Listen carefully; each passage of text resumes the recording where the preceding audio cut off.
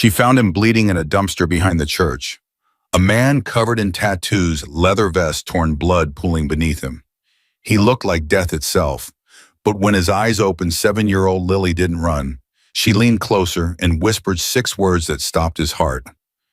"You have my dad's eyes." The biker couldn't breathe.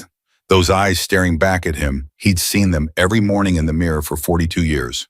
But that was impossible. He didn't have any children. Did he? Before we continue, please subscribe to our channel and follow this story to the very end. Comment your city below so I can see how far this story travels. Now back to the story. Lily was bored. Mama had been arranging casserole dishes for over an hour. The church ladies kept pinching her cheeks and calling her adorable. Pastor Williams had already asked her 3 times if she wanted to color. She didn't want to color. She wanted to explore. The side door was right there. Nobody was watching. Lily slipped out. The summer heat hit her face like opening an oven. She squinted against the bright Tennessee sun and spotted a yellow butterfly dancing across the parking lot. Perfect. She chased it past the neat rows of cars, past the old oak tree around the corner of the stone building. The butterfly dipped and weaved just out of reach, leading her further from the church doors. "Come back," Lily whispered. "I just want to see your wings." The butterfly ignored her. It floated up, up, up, and disappeared over the top of a big green dumpster. Lily stopped. The smell hit her nose. Garbage, something rotten, and underneath that something sharp, metallic, wrong. She should go back. But what if the butterfly was trapped in there, Lily? Spotted wooden crates stacked against the brick wall. She dragged one over the scraping sound, loud in the empty alley. Her arms burned from the effort, but she didn't stop. She climbed up, gripped the rusty edge, pulled herself high enough to see inside. The butterfly was gone, but something else was there. A man. Lily's breath caught. He was big, really big. His arms were covered in colorful pictures, tattoos, Mama called them. His beard was long and messy and had bits of dirt in it. His leather vest was ripped open and underneath blood. So much blood. It spread across his shirt like spilled paint, dark and wet and still growing. His face was pale. His eyes were closed. He wasn't moving. "Mr." Lily's voice shook. "Mister, are you okay?" "Nothing." "Wake up. You're in the garbage. You gotta wake up." Still nothing. Lily's heart pounded so hard she could hear it in her ears. She knew what blood meant. She'd fallen off her bike last summer and scraped her whole knee open. Mama had held her and told her she was brave while cleaning it up. But this was different. This was bad. This was really, really bad. She climbed into the dumpster. The smell made her eyes water.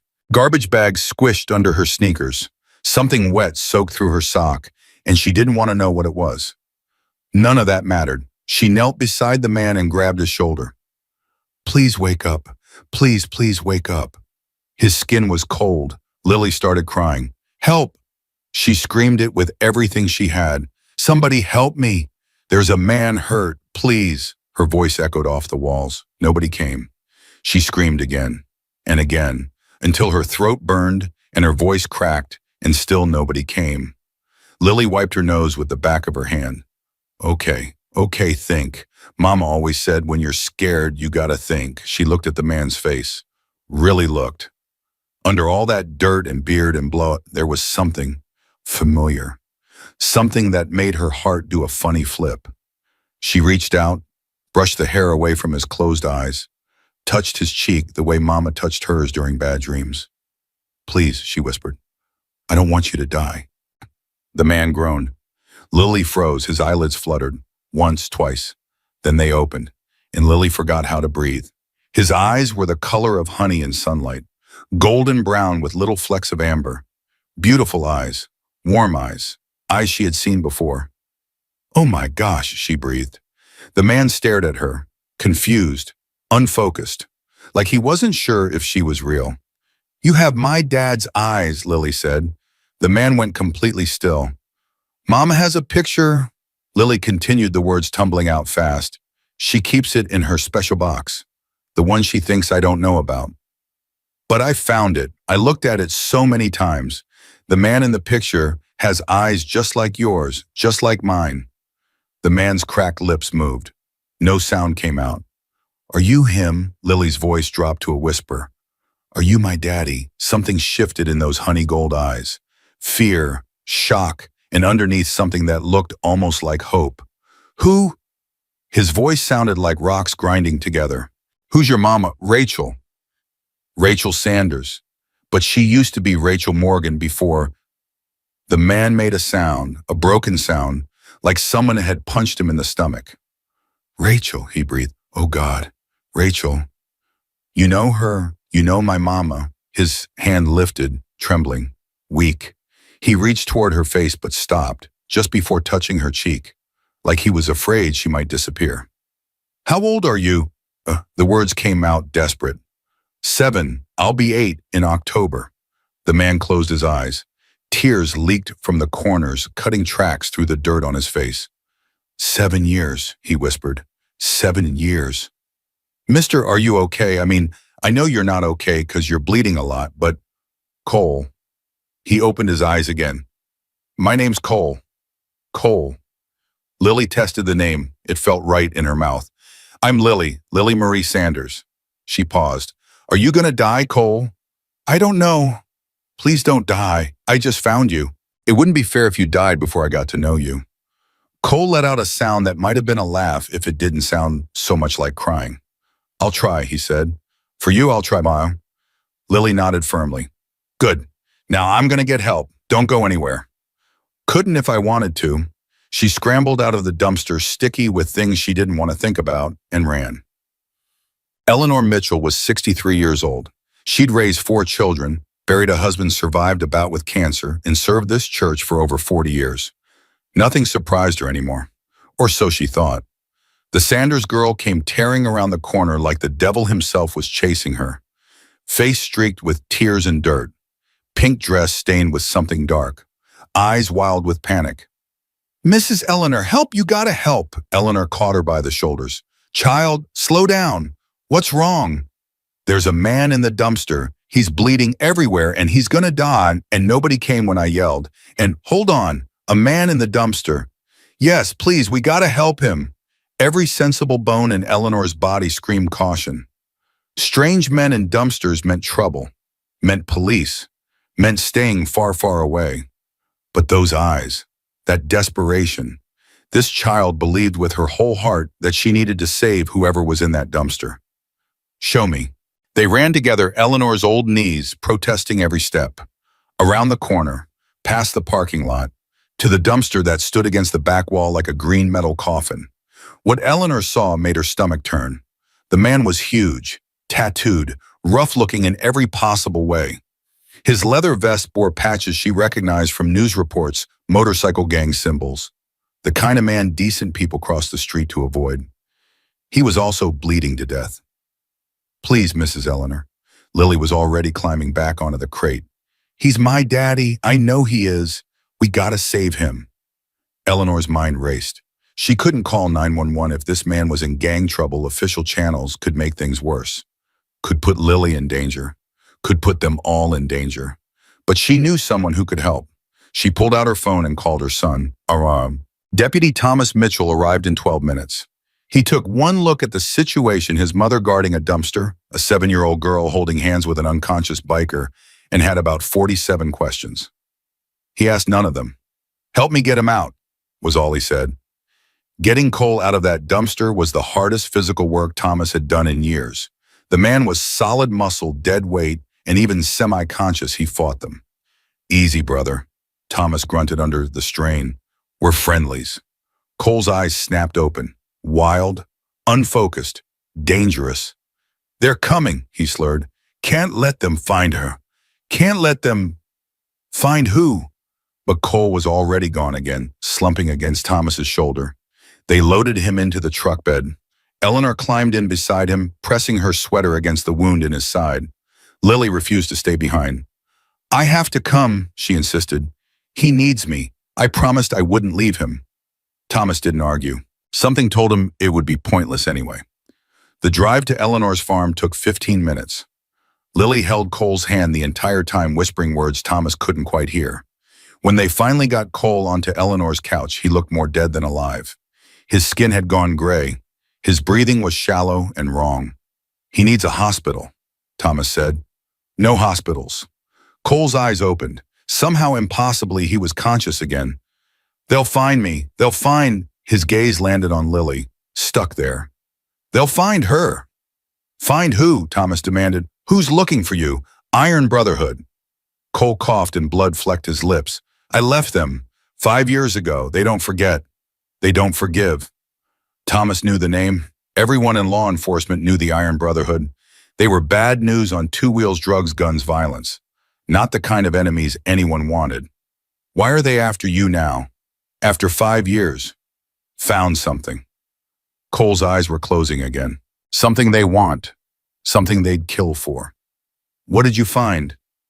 But Cole was unconscious again. Thomas looked at his mother, at Lily who hadn't let go of Cole's hand, at the blood still seeping through Eleanor's ruined sweater. We need to call Rachel, he said. She needs to know. Lily's head snapped up. You know my mama? Everyone knows everyone in this town, sweetheart. She's gonna be so happy. Lily's face lit up with pure innocent joy. I found her. I found the man from the picture. I found my daddy. Thomas and Eleanor exchanged a look. This was going to be complicated.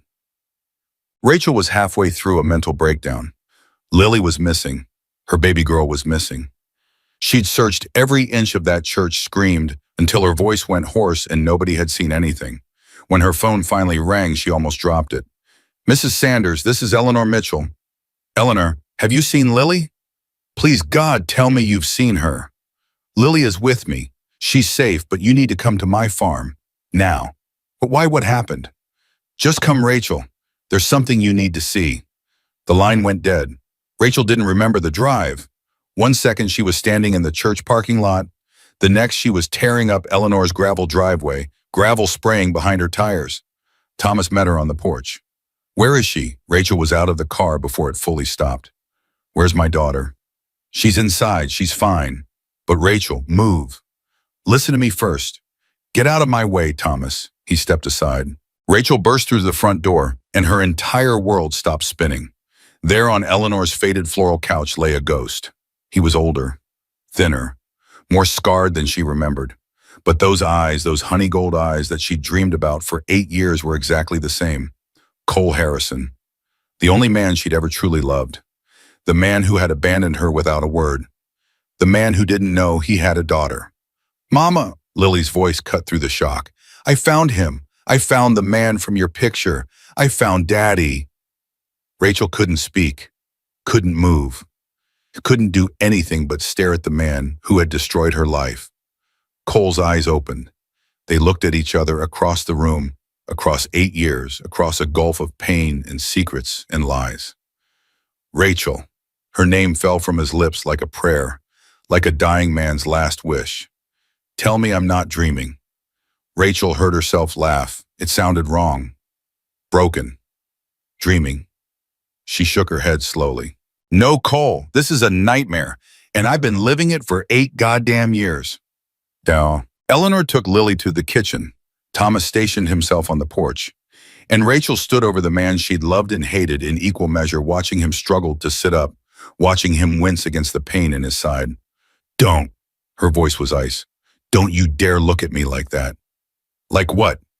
Like you're happy to see me, like you didn't ruin my entire life and then disappear. Cole's face crumpled. Rachel, please. Please what? Please listen. Please understand. She laughed again, that broken sound. I waited for you, Cole. I waited, and you never came, you never called, you never wrote. Nothing, just nothing. That's not true. Excuse me. I wrote to you. Cole's voice cracked. Every week for a year. I sent letters to your parents' house. Dozens of them. They never responded. I thought... He swallowed hard. I thought you hated me. Rachel felt the ground shift under her feet. I never got any letters. I sent them. I swear to God, Rachel. I sent them. Her parents. Her controlling, manipulative appearance, obsessed parents. They'd intercepted calls before thrown away gifts from friends they didn't approve of, gone through her mail for her own good. Would they have hidden letters from Cole? Of course they would have. They told me you were in prison, Rachel whispered. They said you'd been arrested for armed robbery. They said you were exactly what they always warned me about. Cole closed his eyes, a tear escaped down his cheek. I was arrested, but not for robbery. He opened his eyes and Rachel saw something there she hadn't expected: shame. Deep, painful shame. The club needed me for a job. I said no. I tried to leave, but the Brotherhood doesn't let people walk away. I had to disappear, make everyone think I was dead or locked up. It was the only way to protect. He stopped. Protect who? You. The word came out raw. I had to protect you. If they knew I loved someone, they would have used you against me, hurt you to hurt me. I couldn't risk that. I couldn't risk you. Rachel's legs gave out. She sank into the chair across from the couch, her hands shaking. So you left me instead. I left to keep you safe. And you never thought to tell me, that never thought I deserved to make that choice for myself. I thought it was temporary. Cole's voice broke. I thought I'd handle the Brotherhood, clear my name, come back for you. But it took years. And by the time I was free, I figured you'd moved on, found someone better, forgotten about me. I tried. Rachel's eyes burned with tears she refused to let fall. God, I tried so hard to forget you. But I couldn't, because every single day I looked into her face and saw yours. Cole went completely still. Rachel, what are you saying? I'm saying you left me pregnant, Cole, alone, scared. 19 years old with a baby in my belly and nobody to turn to. The color drained from Cole's face. My parents threw me out when I refused to handle it. I spent the first trimester sleeping on friends' couches. I worked 2 jobs while my belly grew. I gave birth alone in a county hospital with no one to hold my hand. Rachel. I named her Lily because you once told me that was your mother's favorite flower. I raised her by myself. I loved her enough for 2 parents because her father was gone. Cole was crying now, actually crying, tears streaming down his weathered face. I didn't know, he choked out. Rachel, you have to believe me. I didn't know. Would it have mattered? Yes. The word exploded out of him. Yes, it would have mattered. Nothing would have kept me away if I'd known. Not the Brotherhood, not prison, not death itself. I would have found a way back to you, to her. The door to the kitchen creaked open. Lily stood in the doorway, cookie crumbs on her chin, watching them with those impossibly knowing eyes. Why is everyone crying? She asked. Rachel and Cole both looked at her. This miracle, this accident, this gift neither of them had planned for. Come here, baby. Rachel's voice shook. Come sit with me. Lily walked over, but instead of sitting with Rachel, she climbed onto the couch next to Cole. She snuggled against his uninjured side and looked up at him with absolute trust. Are you my daddy? She asked. For real? Cole looked at Rachel over Lily's head, asking permission, asking for something he didn't think he deserved. Rachel nodded, just barely. Cole's arm came around Lily, gentle, as if she were made of spun glass. Yeah, he said, his voice thick with emotion. Yeah, baby girl, I think I am. Lily smiled the brightest, purest smile Rachel had ever seen. I knew it, she said. I knew it the second I saw your eyes. I don't care. The moment shattered when gravel crunched outside. Thomas appeared in the doorway. We've got company. Black SUV, expensive. Rachel's blood ran cold. What kind of SUV? Mercedes, tinted windows, 1 driver. Marcus. How did he find me here?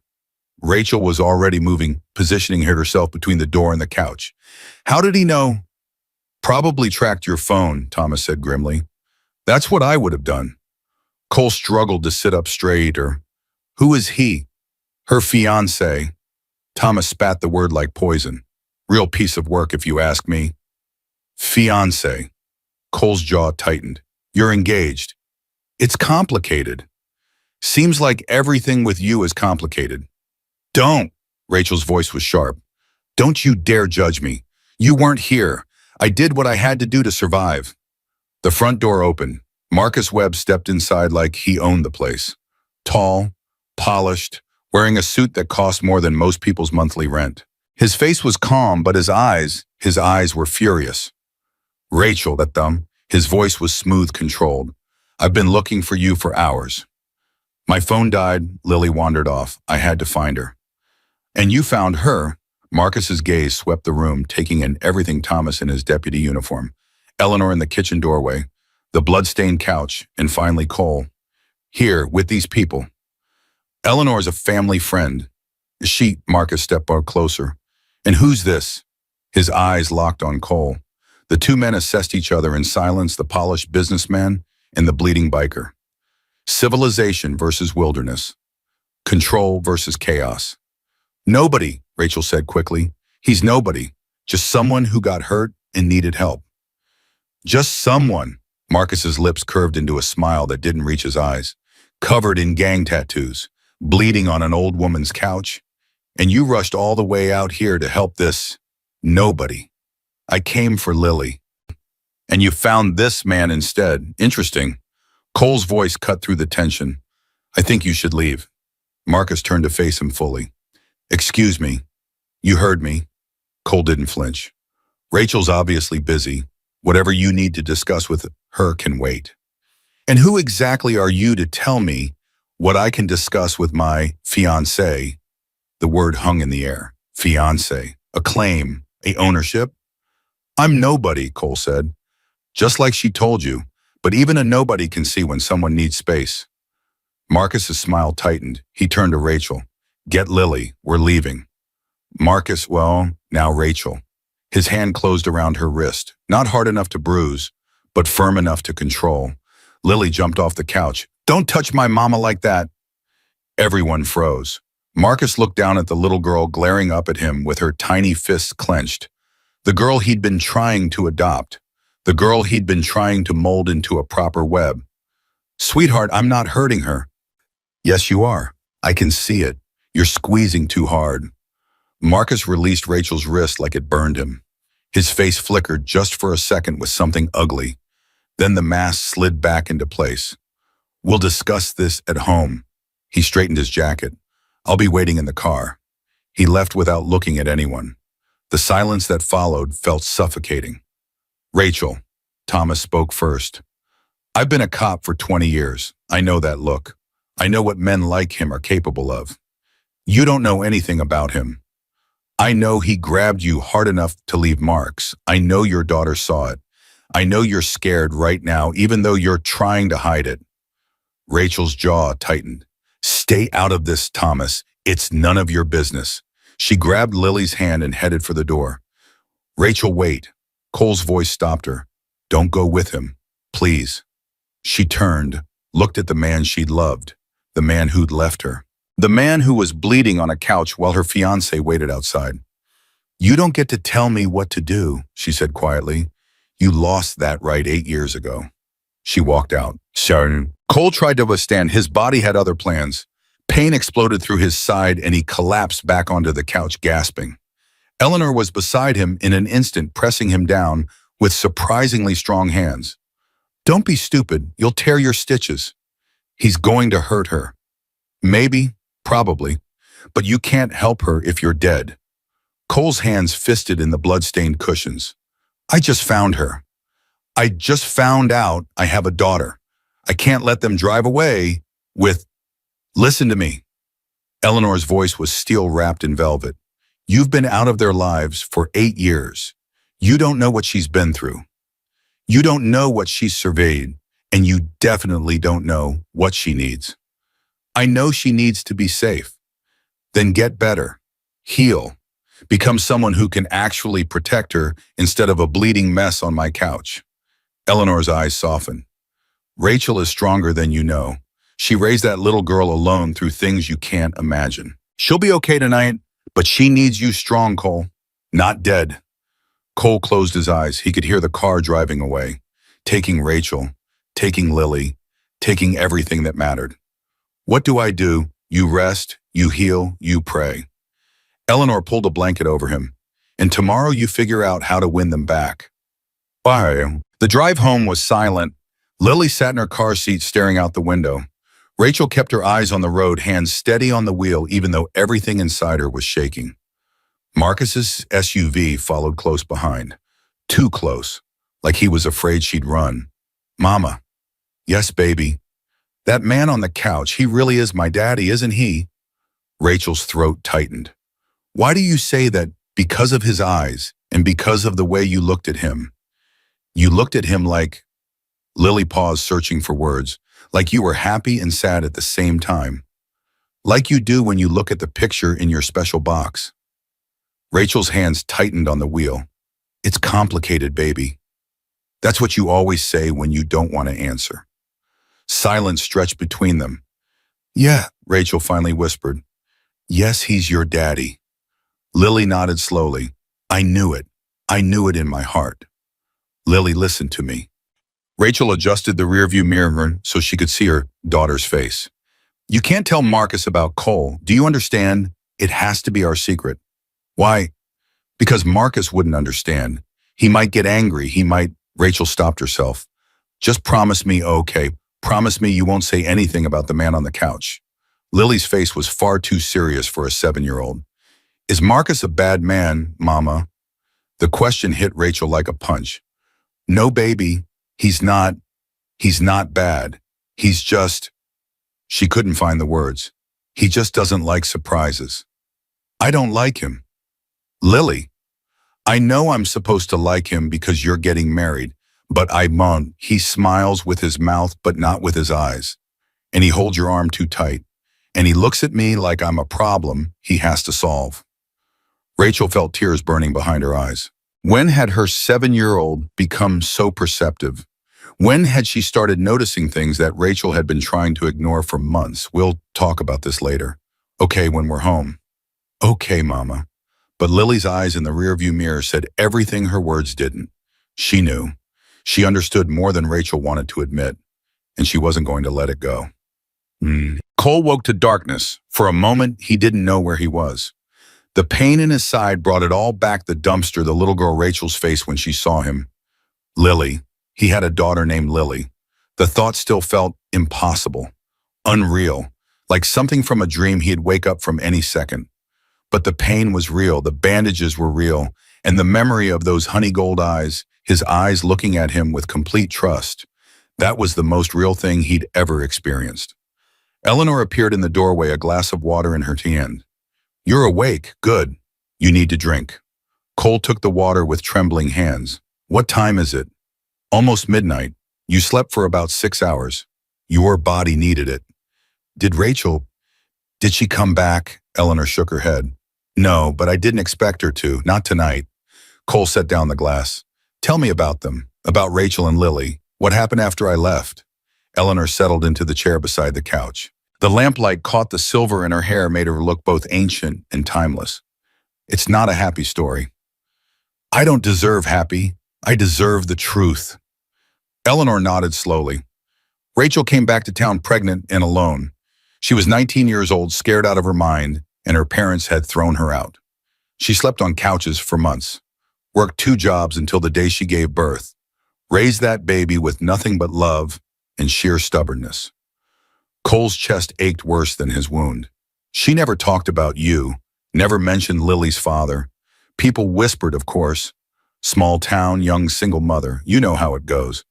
But Rachel held her head high, never complained, never broke. And Marcus, Eleanor's face hardened.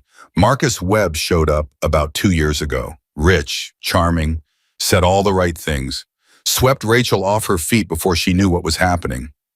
You don't like him. I don't trust him. Eleanor's voice was flat. A man like that doesn't fall for a single mother in a small town by accident. He wants something. I just haven't figured out what yet. Does he hurt them? Eleanor was quiet for a long moment.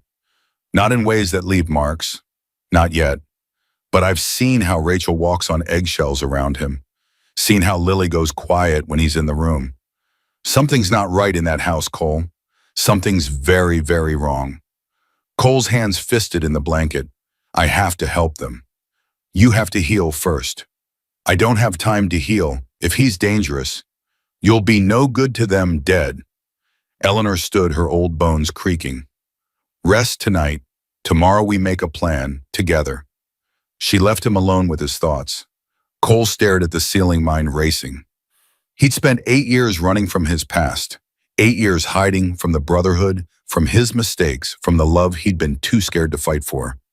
He was done running. Whatever it took, whatever it cost, he was going to protect his daughter. And if Marcus Webb got in his way, God help them both. Outside the farmhouse, hidden in the shadows of the tree line, a figure watched. He pulled out his phone and dialed a number from memory.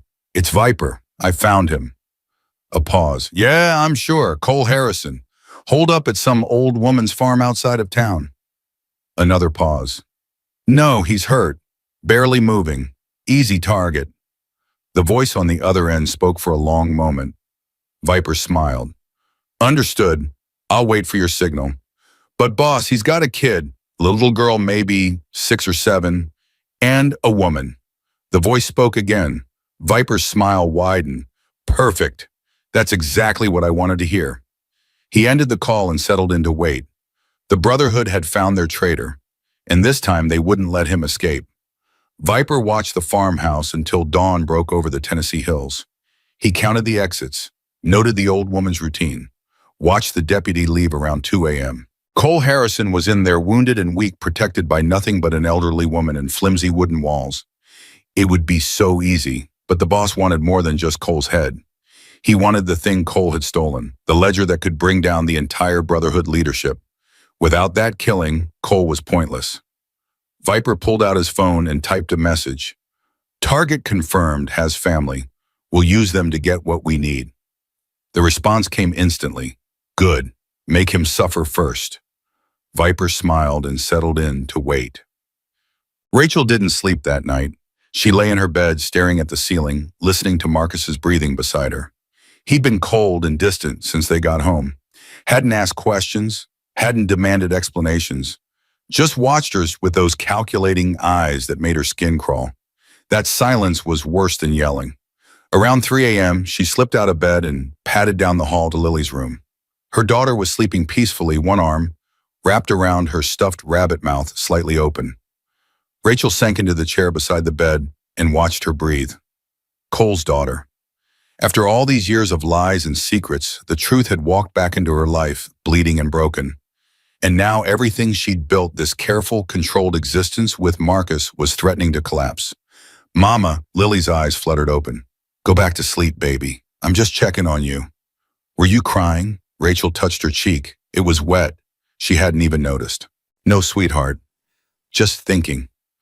Lily sat up, rubbing her eyes. "About Cole." The name hit Rachel like a physical blow. "We talked about this. You can't say his name here." "Marcus is asleep." "It doesn't matter. These walls have ears." Lily was quiet for a moment. Then, "Is Cole going to be okay? He was bleeding a lot."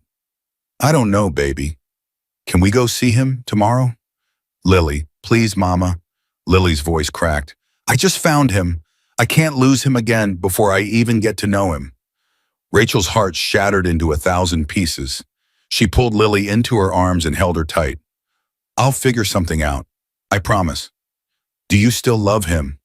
The question hung in the darkness. Rachel didn't answer. She couldn't, because the truth was too complicated, too dangerous, too terrifying to speak out loud.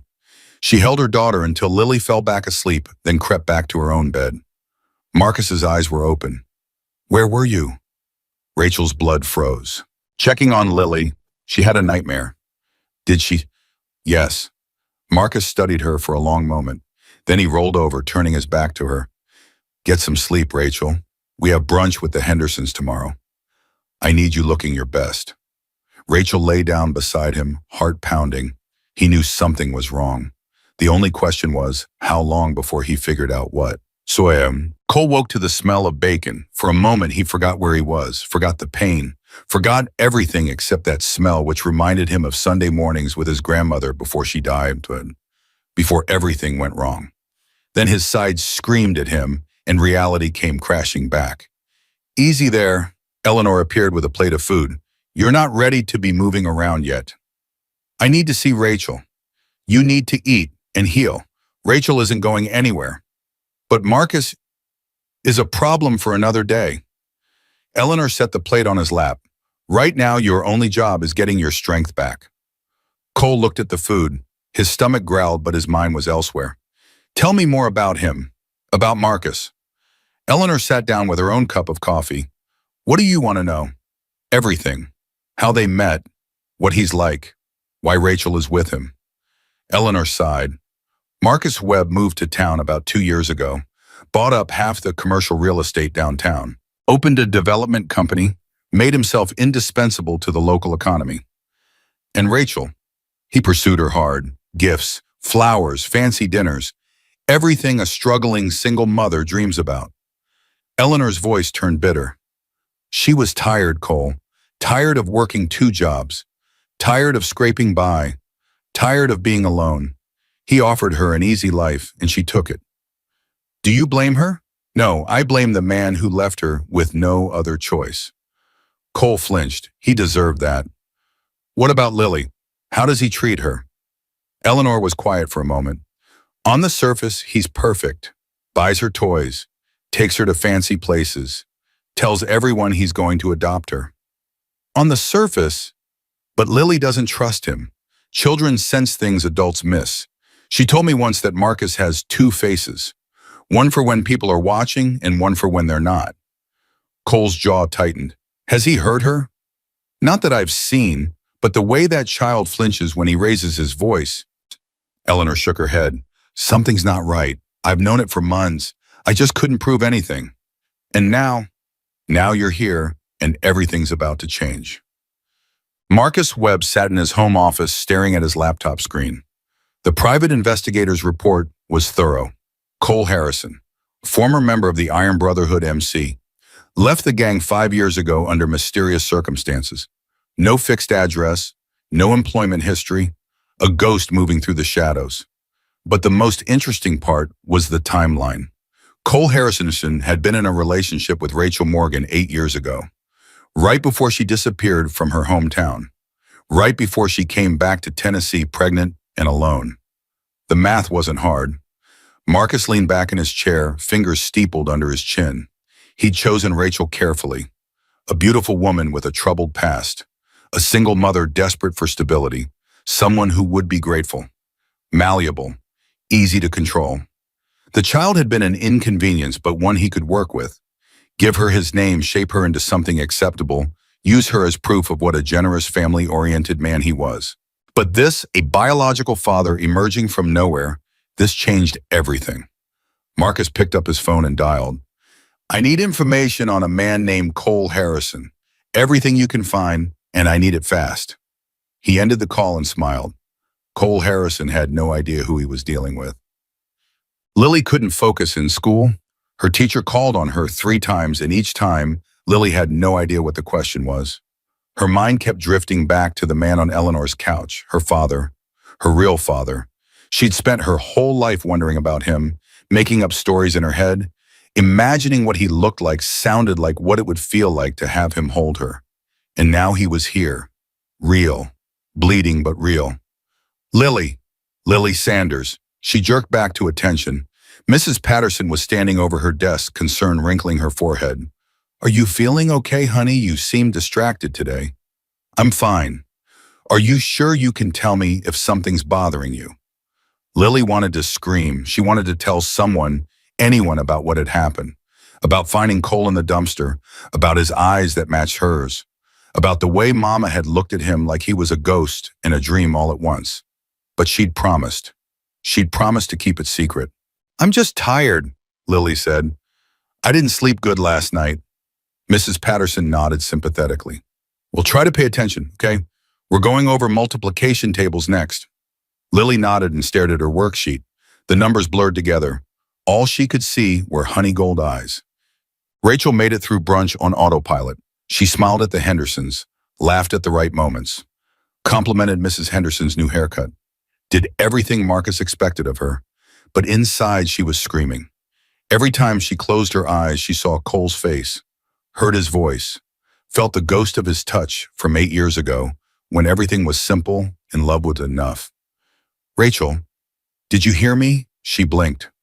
Marcus was staring at her across the table. I'm sorry, what? I said we should head home.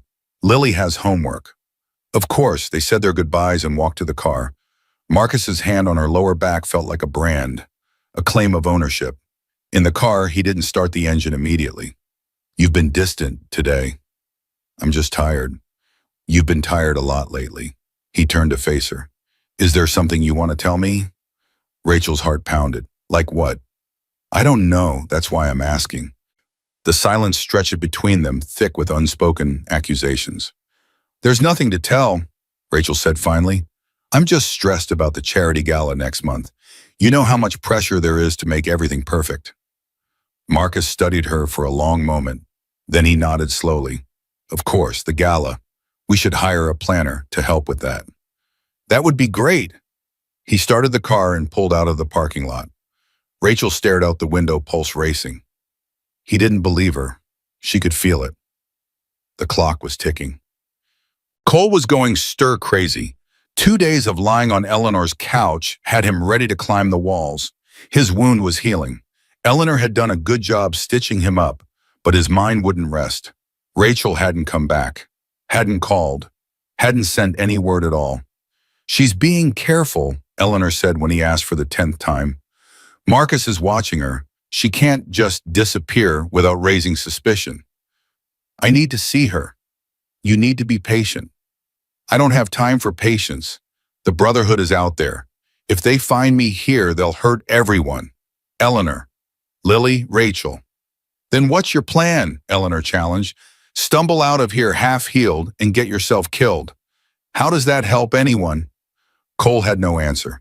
That evening, Thomas stopped by after his shift. He found Cole sitting on the porch staring at the road. You look like hell. Feel like it too. Thomas sat down beside him. I ran your name through the system, quietly, off the record. Cole tensed. And you're clean. Whatever you did for the Brotherhood, it never hit the official books. Either they protected you or you were very, very careful. I tried to be both. Thomas nodded slowly. There's something else. I've been asking around about Marcus Webb. Cole's head snapped toward him. What did you find? Nothing concrete. But there are whispers. His last 2 girlfriends moved away suddenly. No forwarding addresses, no social media, just gone. Cole's blood ran cold. You think he hurt them? I think something happened that made them want to disappear, whether that was fear money or something else. Thomas shrugged. But I don't like it. I don't like him. And I really don't like how Rachel acts around him. She's scared of him. Yeah, she is. She just doesn't want to admit it yet. Cole stood up, ignoring the pain that shot through his side. I have to get her out of there. And go where you've got no money, no job, no place to live. You've got a motorcycle gang hunting you and a rich businessman who probably has lawyers on speed dial. Thomas shook his head. If you try to take Rachel and Lily, Marcus will destroy you, legally, financially, every way possible. Then what do? You get smart. Thomas leaned forward. You build a case, document everything, find proof that he's dangerous. And when you have enough, you help Rachel leave on her own terms with the law on her side. That could take weeks, months. It's better than getting killed trying to be a hero. Cole wanted to argue.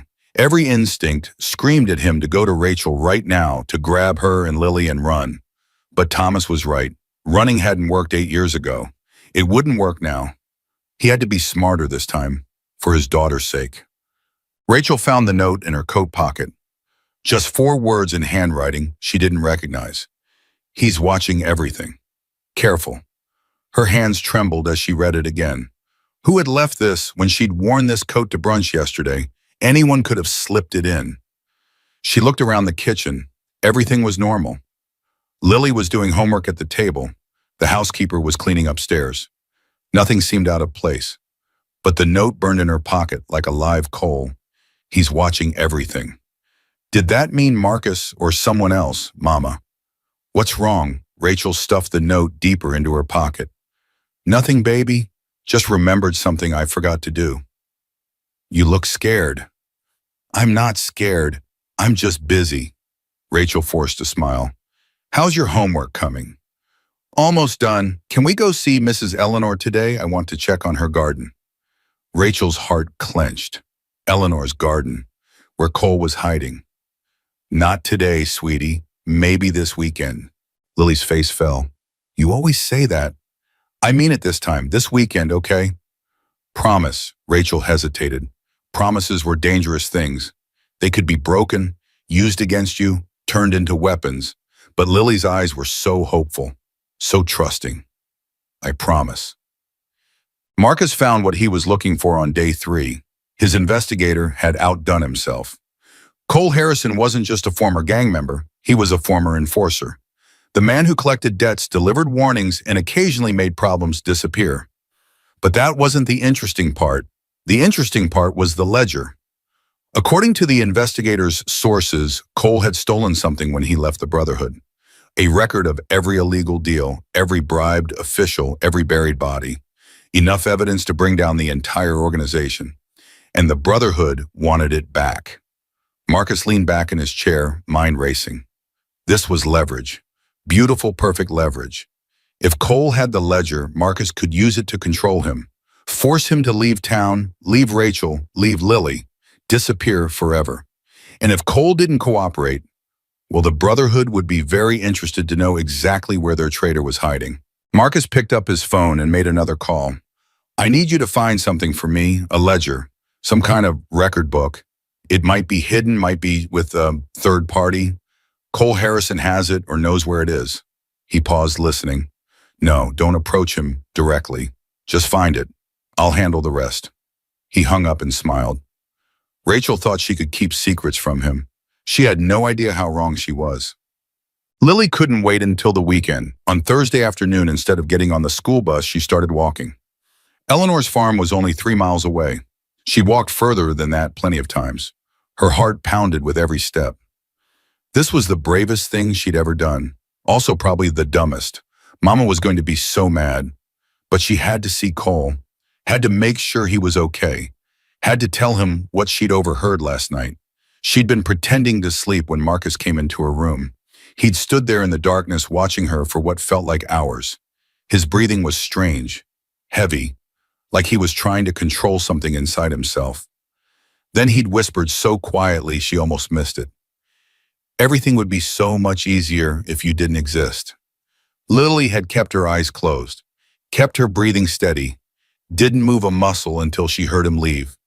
But she hadn't slept after that, and she hadn't told Mama. Because Mama already looked so tired, so scared, so broken. But Cole Coles would know what to do. He was big and strong, and he had kind eyes, and he'd promised to try not to die. Daddies were supposed to protect their kids, right? That's what all the movies said. She walked faster.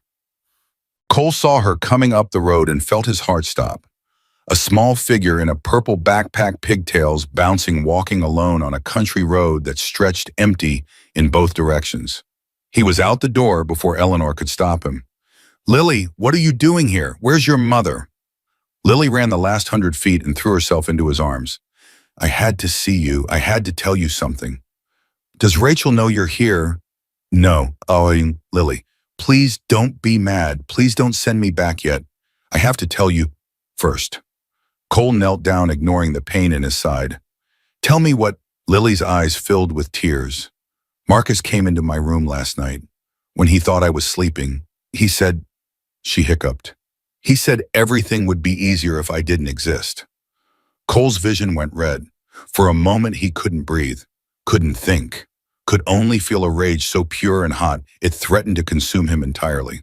He said that to you, Lily nodded, tears spilling down her cheeks.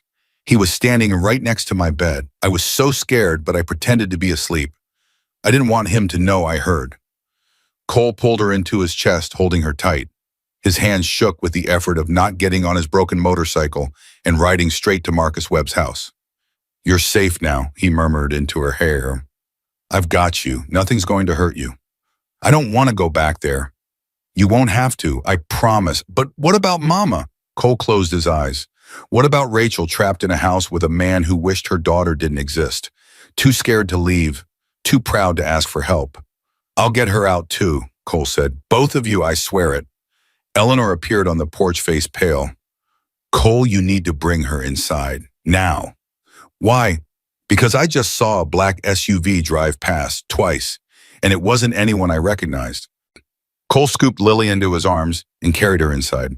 Through the window, he watched the road. A black SUV with tinted windows crept past again, slowing as it approached the farm, then speeding up and disappearing around the bend. The Brotherhood. Or Marcus. Either way, they'd been found. Rachel got the call at 4:15. "Mrs. Sanders, this is Principal Dawkins. Lily wasn't on the bus today, and she hasn't checked into after-school care. Do you know where she is?" The world tilted sideways. "What do you mean she wasn't on the bus? She got on the bus this morning. I watched her." "I'm sorry, ma'am, but she didn't board this afternoon. The driver says she never showed up at the pickup point." Rachel couldn't breathe. Her chest was collapsing. Her vision was going dark at the edges. "I'll find her. I'll call you back." She hung up and immediately dialed Eleanor. The old woman answered on the second ring. "She's here. She's safe." She walked. Relief hit Rachel so hard she nearly collapsed. She walked 3 miles by herself. She had something important to tell Cole, something she overheard Marcus say. Rachel's blood went cold. What did she hear? Eleanor's voice dropped. "You need to come here, Rachel, now, and don't tell Marcus where you're going." "Eleanor, what did he say?" "Just come, quickly." The line went dead. Rachel grabbed her keys and ran. She made it to the farm in 12 minutes. Lily was in the kitchen with Eleanor drinking hot chocolate like nothing was wrong. But her eyes were red from crying, and she wouldn't let go of the stuffed rabbit she'd brought in her backpack. "Baby, what were you thinking?" Rachel fell to her knees beside her daughter. "You could have been hurt. You could have been taken. Do you have any idea how scared I was?" "I'm sorry, Mama, but I had to tell Cole." "Tell him what?" Lily looked at Eleanor, then at the doorway where Cole stood watching. "Tell her," he said quietly. "She needs to know." Lily's voice was barely a whisper. "Marcus came into my room last night. He said everything would be easier if I didn't exist." Rachel felt the words hit her like bullets, each one tearing through her chest. "He what?" "He was standing by my bed, watching me. He thought I was asleep, but I wasn't. I heard him." Rachel's hands were shaking so badly she had to grip the table to steady herself. All those times Marcus had insisted on tucking Lily in. All those times he'd checked on her at night. She'd thought he was being a good stepfather, being caring. She'd been so stupid. "Why didn't you tell me?" Lily's face crumpled. "You're always so tired, Mama, and so sad. I didn't want to make it worse." Rachel pulled her daughter into her arms and held on like she was drowning. "I'm sorry," she whispered. "I'm so sorry, baby. I should have seen it. I should have protected you. It's not your fault, Mama." But it was. It was entirely her fault.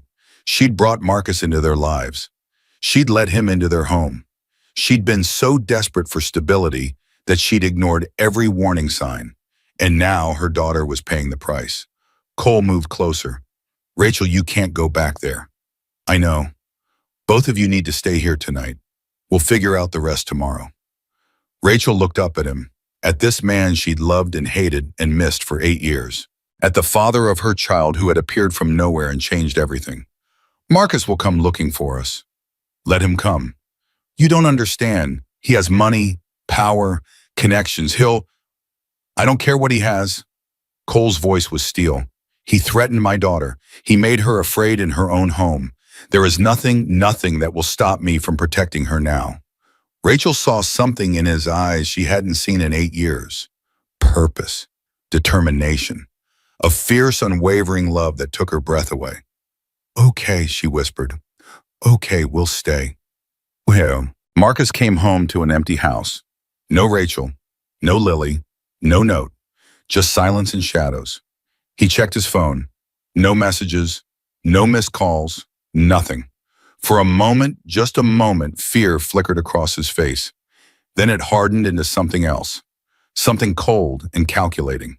He pulled up the tracking app on his phone, the one Rachel didn't know about, the one he'd installed on her phone months ago, just in case. Her location blinked on the screen.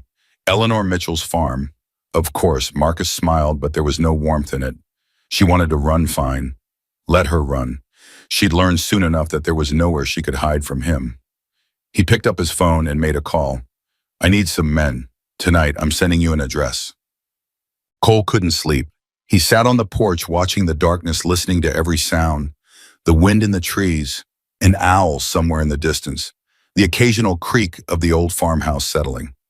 Rachel had put Lily to bed in the guest room, then disappeared to sit by herself in the kitchen.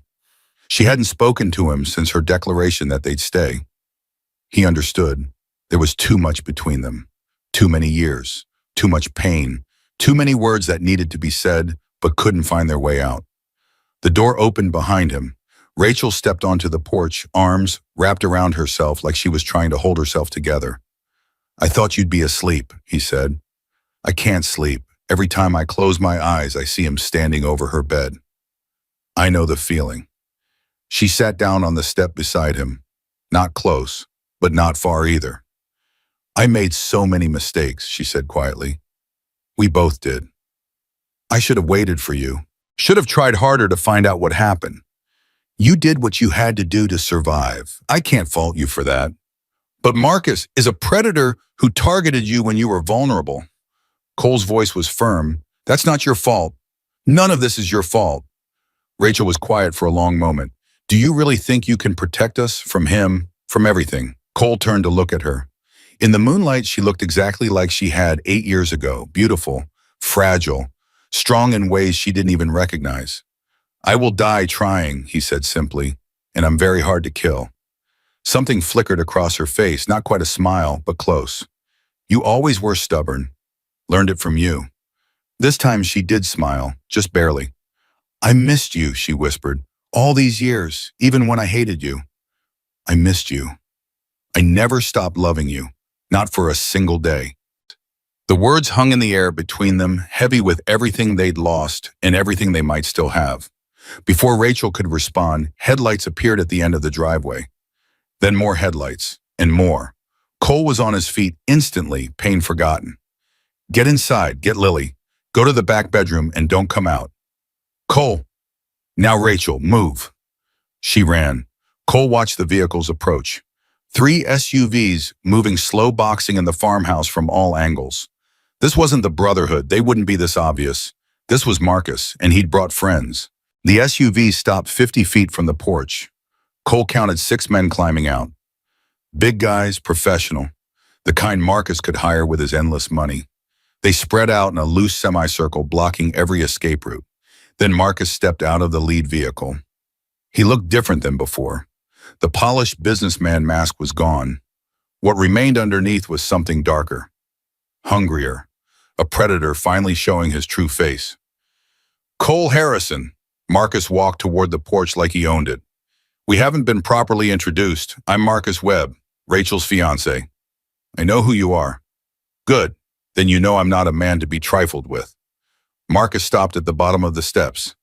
"Where is she?" "Safe." "Safe from what?" "From me." Marcus laughed, but there was no humor in it. "I've given that woman everything. A home, security, a future for her daughter. And this is how she repays me, running to some washed-up biker she used to spread her legs for." Cole's hands curled into fists. "Watch your mouth." "Or what, you'll hit me." Marcus gestured at his men. "Please, try it. I'd love an excuse." Eleanor appeared in the doorway behind Cole. Her voice was steady despite the fear in her eyes.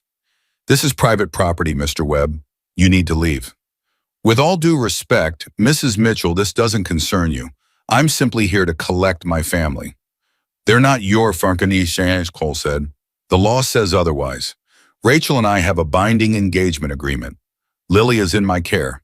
I have every legal right to take them home. And I have every legal right to blow your head off for trespassing." Thomas's voice came from the darkness beside the barn.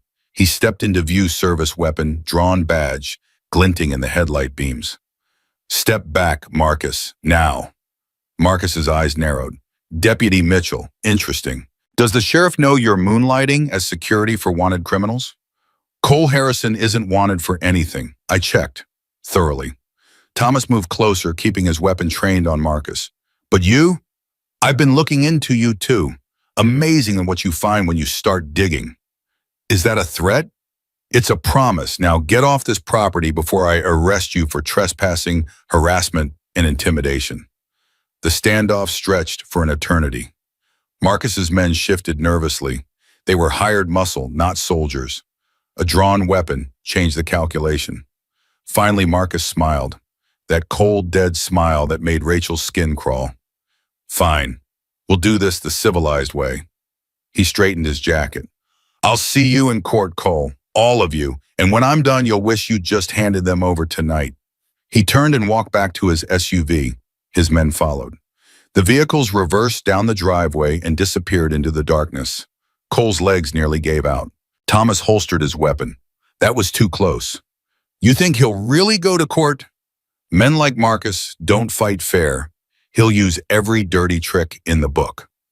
Thomas's face was grim. We need to get ahead of this. Document everything. Find proof of what Lily told you. Eleanor touched Cole's arm. Go tell Rachel it's safe. She's probably terrified. Cole found them in the back bedroom. Rachel was sitting on the floor with Lily in her lap, both of them pressed into the corner like they were trying to disappear into the walls. He's gone, Cole said softly. Rachel's whole body sagged with relief, but her eyes were still haunted. He'll come back. Probably. He always gets what he wants, Cole. Always. I've seen him destroy people. Businesses, reputations, lives. He won't stop until... Hey, Cole knelt in front of her. Look at me. She did. He's never dealt with someone like me before. I've faced down men who make Marcus look like a Sunday school teacher. I survived the Brotherhood. I survived prison. I survived 5 years of running, and I did all that without anything worth fighting for. He reached out, brushed a tear from her cheek. Now I have everything. I have you. I have Lily. Do you really think I'm going to let some rich bully take that away? You can't promise that. Watch me. Lily stirred in Rachel's arms. Is the bad man gone? Yeah, baby, he's gone. Is he coming back? Cole hesitated. He wouldn't lie to her. Not ever. Maybe, but I won't let him hurt you. Neither will your mama, or Mrs. Eleanor, or Deputy Thomas. You've got a whole army looking out for you now. Lily considered this. Can we stay here forever? Let's take it one day at a time, okay? Okay, she yawned. I'm tired. Rachel stood lifting Lily with her. Let's get you back to bed. Will you stay with me, Mama? Of course, baby. I'm not going anywhere. Rachel carried Lily out of the room. At the doorway, she paused and looked back at Cole. Thank you, she whispered. Then she was gone. Cole didn't sleep that night. He sat on the porch with Thomas watching the road, waiting for headlights that never came. Tell me about the Brotherhood, Thomas said around 3 a.m. I need to know what we're dealing with. Cole was quiet for a long moment. He'd spent 5 years trying to forget, trying to bury that part of himself so deep it could never surface again. But Thomas was right. They needed to know. I joined when I was 19, Cole began. Stupid kid with a chip on his shoulder and nowhere else to go. They gave me family, purpose, brotherhood. For a while, I thought I'd found everything I was looking for. What changed? I grew up. Cole's voice hardened.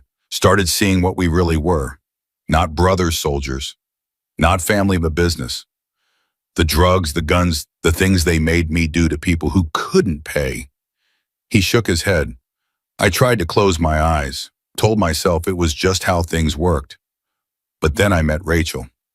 And she changed everything. She made me want to be someone different. Someone better. Someone worthy of the way she looked at me. Cole's throat tightened. When the club called me back for that last job, I knew if I went, I'd lose her forever.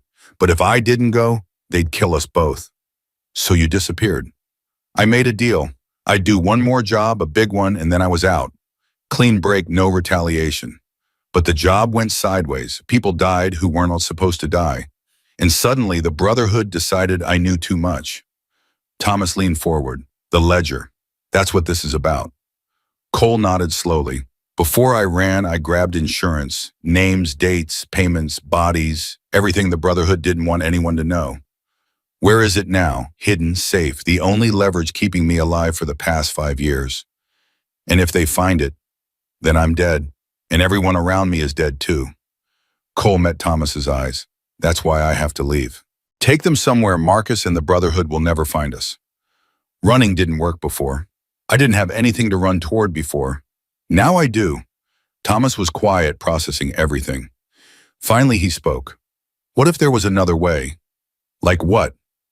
Like taking them down, both of them. Marcus and the Brotherhood in one clean sweep. Cole laughed bitterly. You got an army I don't know about. No, but I've got something better. Thomas pulled out his phone. I've got a contact in the FBI. They've been trying to build a case against the Brotherhood for years. If we gave them that ledger, I'd have to testify. My face would be everywhere. I'd never have a normal life. You'd be alive. Rachel and Lily would be safe. Really safe, not looking over your shoulder safe. Cole stared at the darkness beyond the porch. A normal life, he'd stopped believing that was possible years ago. But now with Lily's face burned into his memory, with Rachel's voice echoing in his ears, maybe it was time to stop running. Maybe it was time to fight at Duasho. Rachel woke to the smell of coffee. For a moment she forgot where she was. Then she saw Lily curled beside her stuffed rabbit clutched to her chest, and everything came flooding back. Marcus, the SUVs, the men, Cole standing on the porch like a wall between her daughter and danger. She slipped out of bed carefully, not wanting to wake Lily, and followed the coffee smell to the kitchen. Cole was there standing at the counter looking like he hadn't slept in days, which he probably hadn't. Morning, she said softly. He turned. Hey, how'd you sleep? Better than I expected. You didn't. She poured herself a cup of coffee and leaned against the counter beside him. Not touching, but close. What happens now? Cole took a deep breath. Thomas has a plan, but you're not going to like it. Tell me anyway. He explained everything. The ledger, the FBI, the testimony that would put the Brotherhood behind bars and Marcus under intense scrutiny, the life that would follow, new identities, new location, constant vigilance. Rachel listened without interrupting. When he finished, she was quiet for a long time. You'd do that, she finally asked. Give up your freedom, your anonymity, everything you've built these past 5 years for us. In a heartbeat. Why, bah? Because you're my family. The words came out raw, honest, unguarded in a way Cole rarely allowed himself to be. You and Lily, I spent 8 years not knowing you existed, not knowing I had a daughter, not knowing what I was missing. Now that I know, his voice cracked. I can't go back to not having you. I won't. Rachel set down her coffee cup. Her hands were shaking. I'm scared, Cole. I know. What of Marcus? Not of the Brotherhood. Of this. She gestured between them. Of trusting you again. Of letting myself feel what I used to feel. I'm scared too. She almost laughed. You're not scared of anything. I'm scared of losing you again. I'm scared of failing Lily. I'm scared of being the man I used to be. He turned to face her fully. Rachel, I'm not asking you to trust me right now. I know I haven't earned that. I'm just asking you to give me the chance to prove myself. One day at a time. Whatever you need, however long it takes. Rachel looked at him. Really looked. She saw the scars, the tattoos, the rough exterior that had terrified her parents and scandalized her neighbors. But she also saw the man who had held Lily like she was precious, who had stood between her and Marcus without hesitation, who had spent 8 years haunted by a love he thought he'd lost. One day at a time, she repeated softly. That's all I'm asking. She reached out and took his hand. His fingers closed around hers, warm and solid and real. Okay, she whispered. One day at a time. Viper was getting impatient. He'd been watching the farmhouse for 4 days now, watching the deputy come and go, watching the old woman tend her garden, watching Cole Harrison heal and grow stronger with each passing day. The boss was getting impatient too. We need that ledger, the voice on the phone growled. Without it, this whole operation is exposed. I know, but he's got protection now. A cop, the woman, the kid. Can't just walk in and grab him. Then use leverage. The kid sees his weakness. Everyone saw how he reacted when she found him. Viper's stomach turned. He'd done a lot of things for the Brotherhood. Ugly things. But children? You want me to grab the kid? I want you to get that ledger. How you do it is your business. The line went dead. Viper stared at his phone for a long time. Then he made a decision. Sorry. Lily was picking flowers in Eleanor's garden when the stranger approached. He was tall and thin, with a face that looked like it had been broken and put back together wrong. His leather vest had patches similar to Cole's, but darker, more skull-like. "Hey there, little one." Lily took a step back. "I'm not supposed to talk to strangers." "Smart girl, but I'm not really a stranger." He crouched down to her level. "I'm a friend of your daddy's, from a long time ago." "Cole." "That's right. Cole and I used to ride together. Brothers, you know, like family." Lily studied him. Something felt wrong. His smile didn't reach his eyes, just like Marcus's. "If you're his friend, how come he never talked about you?" The stranger's smile flickered. "We had a falling out, but I'm trying to make things right. I've got something for him, a present. But it's a surprise, so you can't tell him I was here." "What kind of present?" "The kind that'll keep him safe. Keep all of you safe." He leaned closer. "But I need something from him first, a book. A special book he took when he left. Do you know where he keeps his things?" Lily's heart started beating faster. She thought about what Cole had told her about bad men who wanted to hurt him, about staying close to the house, about screaming if anyone tried to touch her. This man felt like those bad men. "I don't know anything about a book." "You sure maybe you saw him hide something in the barn maybe? Or under the porch?" "I said I don't know." The stranger's face changed. The fake friendliness melted away, revealing something cold and dangerous underneath. "Listen, kid." "Lily." Cole's voice cut through the air like a gunshot. The stranger stood up quickly, hands raised. "Easy, brother. Just saying hello to your little girl." Cole was running toward them, face twisted with fury. "Get away from her. Now." "We need to talk, Cole, about the old days, about certain things that belong to the club. I've got nothing to say to you, Viper, and nothing that belongs to the Brotherhood." Viper's eyes hardened. "The boss disagrees. He thinks you've got something very valuable, something you stole when you ran. Then the boss can come tell me himself instead of sending his lapdog." Lily ran to Cole, grabbing his leg and hiding behind him. She was shaking. Viper noticed, his lip curled into something ugly. "Cute kid. She's got your eyes, you know. Be a shame if something happened to those pretty eyes." Cole moved so fast Lily barely saw it. 1 second he was standing still. The next his fist connected with Viper's jaw and the man was on the ground, spitting blood. "Touch my daughter again," Cole said, his voice barely human, "and I will end you. Brotherhood be damned." Viper struggled to his feet, wiping his mouth. "You just made a big mistake. The boss was willing to negotiate now. Now get off this property before I give you a reason to stay permanently." Viper backed away, hands still raised, but his eyes were locked on Lily. "This isn't over, Cole, not even close." He disappeared into the tree line. Cole scooped Lily into his arms and held her tight. His whole body was trembling. "Did he hurt you? Did he touch you?" "No, he just talked. He wanted to know about a book." Cole's blood ran cold. "What did you tell him?" "Nothing. I said I didn't know anything." Lily's voice was small. "I did good, right, Daddy? I didn't tell him anything." "You did perfect, baby. You did so perfect." He kissed the top of her head, his heart hammering against his ribs. "Let's get inside. We need to call Thomas." The next 6 hours were chaos. Thomas arrived with backup, 2 other deputies he trusted with his life. They swept the property, found Viper's hiding spot in the tree line, and set up a perimeter. Rachel was furious, terrified, both at once. "They found us. The Brotherhood found us. They've been watching for days, apparently." Thomas's face was grim. "This changes everything. We can't wait anymore." Cole nodded.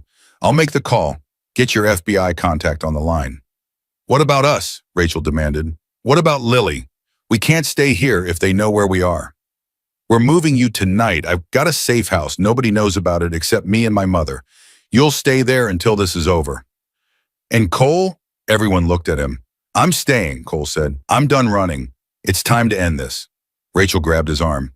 "You can't. If they come back, then I'll be ready." He covered her hand with his. "Rachel, this is the only way. As long as that ledger exists, as long as the Brotherhood wants it, none of us are safe. I have to give it to the FBI. Have to testify. Have to put these people away for good. And if they kill you first, then at least you and Lily will be free." His voice softened. I've spent 8 years hiding, 8 years being afraid. I can't do it anymore. Not when my daughter's life is at stake. Lily appeared in the doorway. I don't want you to die, Daddy. Cole knelt down, opening his arms. Lily ran into them. I'm not planning on dying, baby girl, but I have to do something brave. Something that might be dangerous. Do you understand? Like in the stories where the hero has to fight the dragon. Yeah, exactly like that. Will you come back? And I will do everything in my power to come back to you, I promise. Lily hugged him tight. I believe you. You have honest eyes. Cole held his daughter, breathing her in, memorizing the feel of her small arms around his neck. He'd missed 7 years. He refused to miss another day. They moved Rachel and Lily that night. The safe house was a cabin deep in the woods, accessible only by a single dirt road that Thomas had rigged with motion sensors. Eleanor went with them. She refused to leave, claiming someone needed to keep everyone fed. Cole watched them drive away, his heart splitting in two. Then he turned to Thomas. Let's make that call. Special Agent Diana Reyes arrived the next morning. She was sharp, professional, and completely unimpressed by Cole's tough guy exterior. Let me get this straight, she said, flipping through her notes. You have documented evidence of the Iron Brotherhood's criminal activities spanning over a decade. Drug trafficking, weapons deals, bribery, murder. And you've been sitting on this for 5 years. I was using it to stay alive. Well, congratulations. You're about to use it to stay free. She set down her pen. Here's the deal, Mr. Harrison. You give us the ledger and agree to testify before a grand jury. In exchange, we put you and your family in witness protection.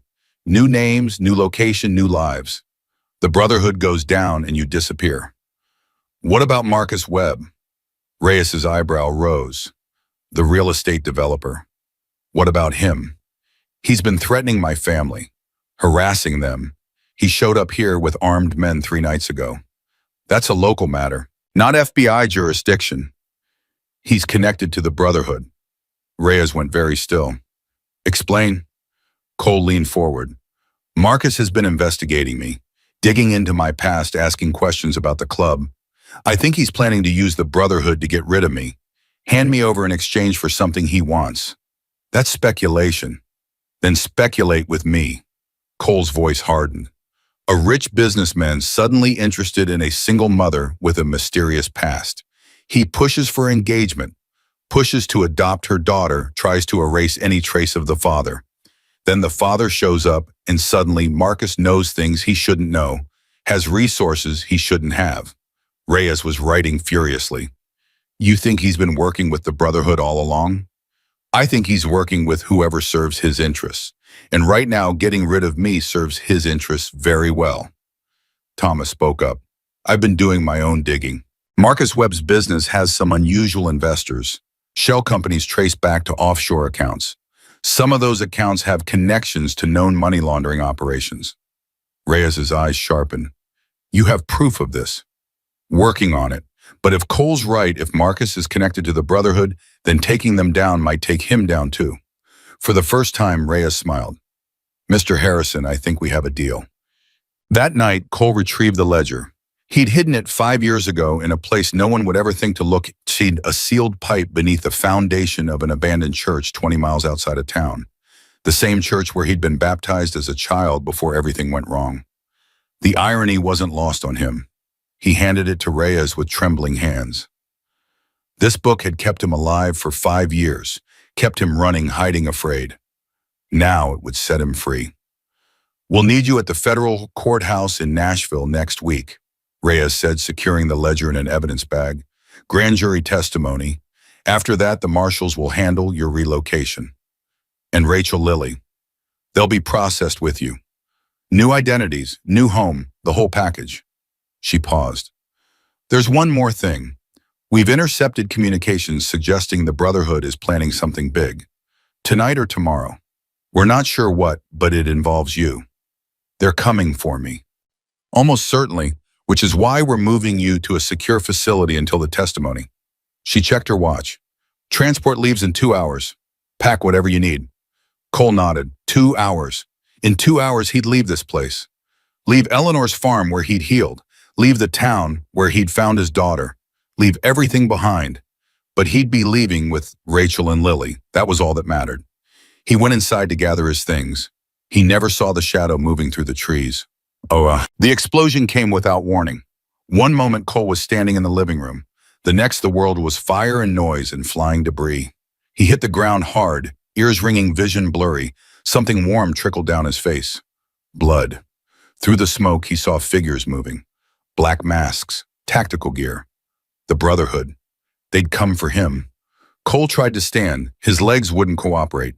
He crawled toward the door, toward the fresh air, toward any escape. A boot came down on his back, pinning him to the floor. "Hello, brother."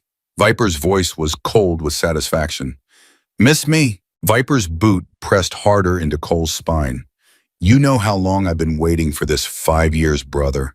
5 years of hunting you like an animal." Cole tasted blood. His ribs screamed with every breath. The smoke was thick, choking, but he forced his mind to focus. "Where's the ledger?" Viper demanded. "Gone." The boot lifted, then came back down hard on Cole's kidney. Pain exploded through his body. "Wrong answer. Try again." "FBI has it." Cole coughed with blood speckling his lips. "Gave it to them this morning. It's over, Viper. The whole Brotherhood is finished." Viper went still. Then he laughed. A cold, ugly sound. "You're lying. Call your boss. Ask him why the feds raided his house an hour ago." Cole managed a bloody smile. "I wasn't the only one who kept records. The FBI's been building this case for years. I just gave them the final piece." Viper grabbed Cole by the hair and yanked his head back. "If that's true, you just signed your death warrant." "Maybe, but I took you all down with me." For a moment, genuine rage flickered across Viper's face. His hand went to the knife on his belt. Then his phone rang. He answered with one hand keeping Cole pinned with his knee. "What?" Cole couldn't hear the other end, but he watched Viper's face change. The rage melted into something else. Fear. "That's not possible. We had people..." A pause. "How many arrested?" Another pause, longer this time. "All of them." "Oh." Viper's hand trembled. "Understood." He ended the call and stared at Cole with new eyes. "You weren't bluffing." "Told you. The whole leadership. Gone. Every safe house raided. Every account frozen." Viper's voice was hollow. "You destroyed everything." "I saved my family. The Brotherhood destroyed itself." Viper's grip on the knife tightened. "Then I've got nothing left to lose." The blade came up. Cole closed his eyes. A gunshot split the air. Viper jerked sideways, the knife flying from his hand. He collapsed onto the floor, clutching his shoulder, screaming. Thomas stood in the doorway, weapon still raised, smoke curling from the barrel. "FBI's on their way. You're under arrest for assault, breaking and entering, and about 40 other charges I'll think of later." Behind him, more deputies poured into the house. Viper's men were already being dragged outside in handcuffs. Cole let his head fall back against the floor.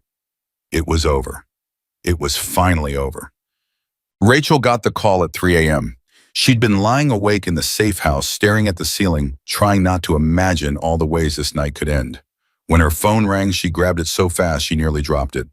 "Thomas. He's alive. Banged up pretty bad, but alive. They're taking him to Memorial General." Rachel's whole body went weak. "The Brotherhood. In custody. All of them. The FBI rolled up the entire operation tonight." Thomas's voice was exhausted but triumphant. "It's over, Rachel. Really over this time. I need to see him. I'll send a deputy to escort you. Don't leave until they get there." Rachel was already shaking Lily awake. "Baby, wake up. We're going to see Cole." Lily's eyes flew open. "Is he okay?" "He's hurt, but he's going to all be fine. Come on, get dressed." Eleanor appeared in the doorway, already pulling on her coat. "I'll drive." The hospital smelled like antiseptic and fear.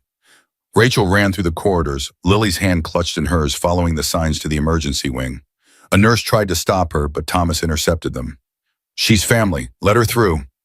They found Cole in a curtained bay hooked up to monitors and IV lines. His face was swollen, bruised, barely recognizable. But his eyes, those honey gold eyes, were open. "Rachel." She was at his side in an instant, grabbing his hand, tears streaming down her face. "You idiot. You absolute idiot. I told you not to die." "Technically, I didn't." Don't joke. Don't you dare joke right now. Cole's thumb brushed across her knuckles. I'm okay, I promise.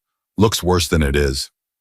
Lily pushed past Rachel and climbed onto the edge of the bed, ignoring the nurse's protest. Daddy, your face is all purple. Purple's my favorite color.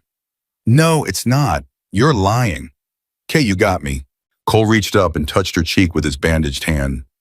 But I'm okay, baby girl. Really. It's going to take more than some bad guys to keep me away from you. Lily burst into tears. She buried her face in his chest, her small body shaking with sobs. I thought you were dead.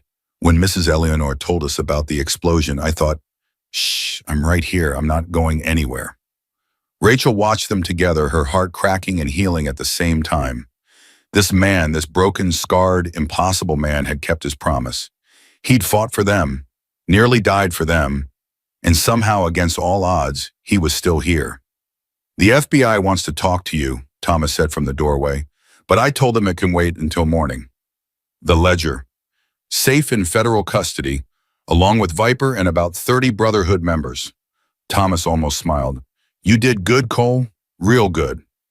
Cole closed his eyes. What about Marcus? The room went quiet. Thomas shifted uncomfortably. That's complicated. Complicated how? He wasn't at his house when we went to question him. Neighbors say he left around midnight with a suitcase. We've got an APB out, but so far nothing. Rachel felt ice spread through her veins. He ran. Looks like it. The FBI found evidence connecting him to Brotherhood money laundering. He must have gotten tipped off. So he's still out there. For now, but he's a fugitive now. Every law enforcement agency in the country is looking for him. He can't hide forever. But Rachel knew Marcus, knew his resources, his connections, his determination. He could hide for a very long time. They released Cole 2 days later. His ribs were cracked, his face was a mess of bruises, and he walked like every step hurt. But he refused to stay in the hospital another night. I've spent enough time in beds, he said, signing the discharge papers. I want to go home. Home, though. The word hung in the air between them. Where is home? Rachel asked quietly. Cole looked at her, at Lily, who was holding his hand like she'd never let go, at Eleanor, who had barely left the hospital waiting room. Wherever you are, he said, that's home. Thomas drove them back to the safe house. The FBI wanted them to stay put until the witness protection paperwork was finalized. New identities, new location, new lives. But first they had to survive the waiting. Marcus called that night. Rachel was alone in the kitchen when her phone buzzed. Unknown number. She almost didn't answer. Hello? Hello, sweetheart? Her blood turned to ice. Did you really think you could just walk away? Marcus's voice was calm, controlled, terrifying in its steadiness. After everything I've done for you, everything I've given you. Marcus, it's over. The FBI can't protect you forever. Neither can your biker boyfriend. A pause. Well, I trusted you, Rachel. I loved you, and you betrayed me. You threatened my daughter. I gave you a life, a future, and you threw it all away for some tattooed criminal who abandoned you 8 years ago. Rachel's hands were shaking so badly she could barely hold the phone. What do you want? I want you to understand that this isn't over.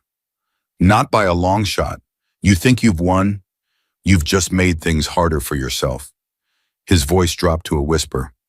I will find you, Rachel. I will find you and Lily. And when I do, Cole will kill you. Cole is a broken down biker with a death wish. I'm a man with resources you can't imagine. The only question is whether I come for you before or after I destroy him completely. The line went dead. Rachel stood frozen, staring at the phone, her heart hammering against her ribs. Cole found her like that, still clutching the phone, face white as chalk. Rachel, what's wrong? She couldn't speak. Just handed him the phone. He looked at the call log. Unknown number. Marcus, she nodded. Cole's jaw tightened. What did he say? He's coming for us. For me and Lily. He said, her voice broke. He said this isn't over. Cole pulled her into his arms. She went willingly, pressing her face against his chest, feeling his heartbeat steady and strong.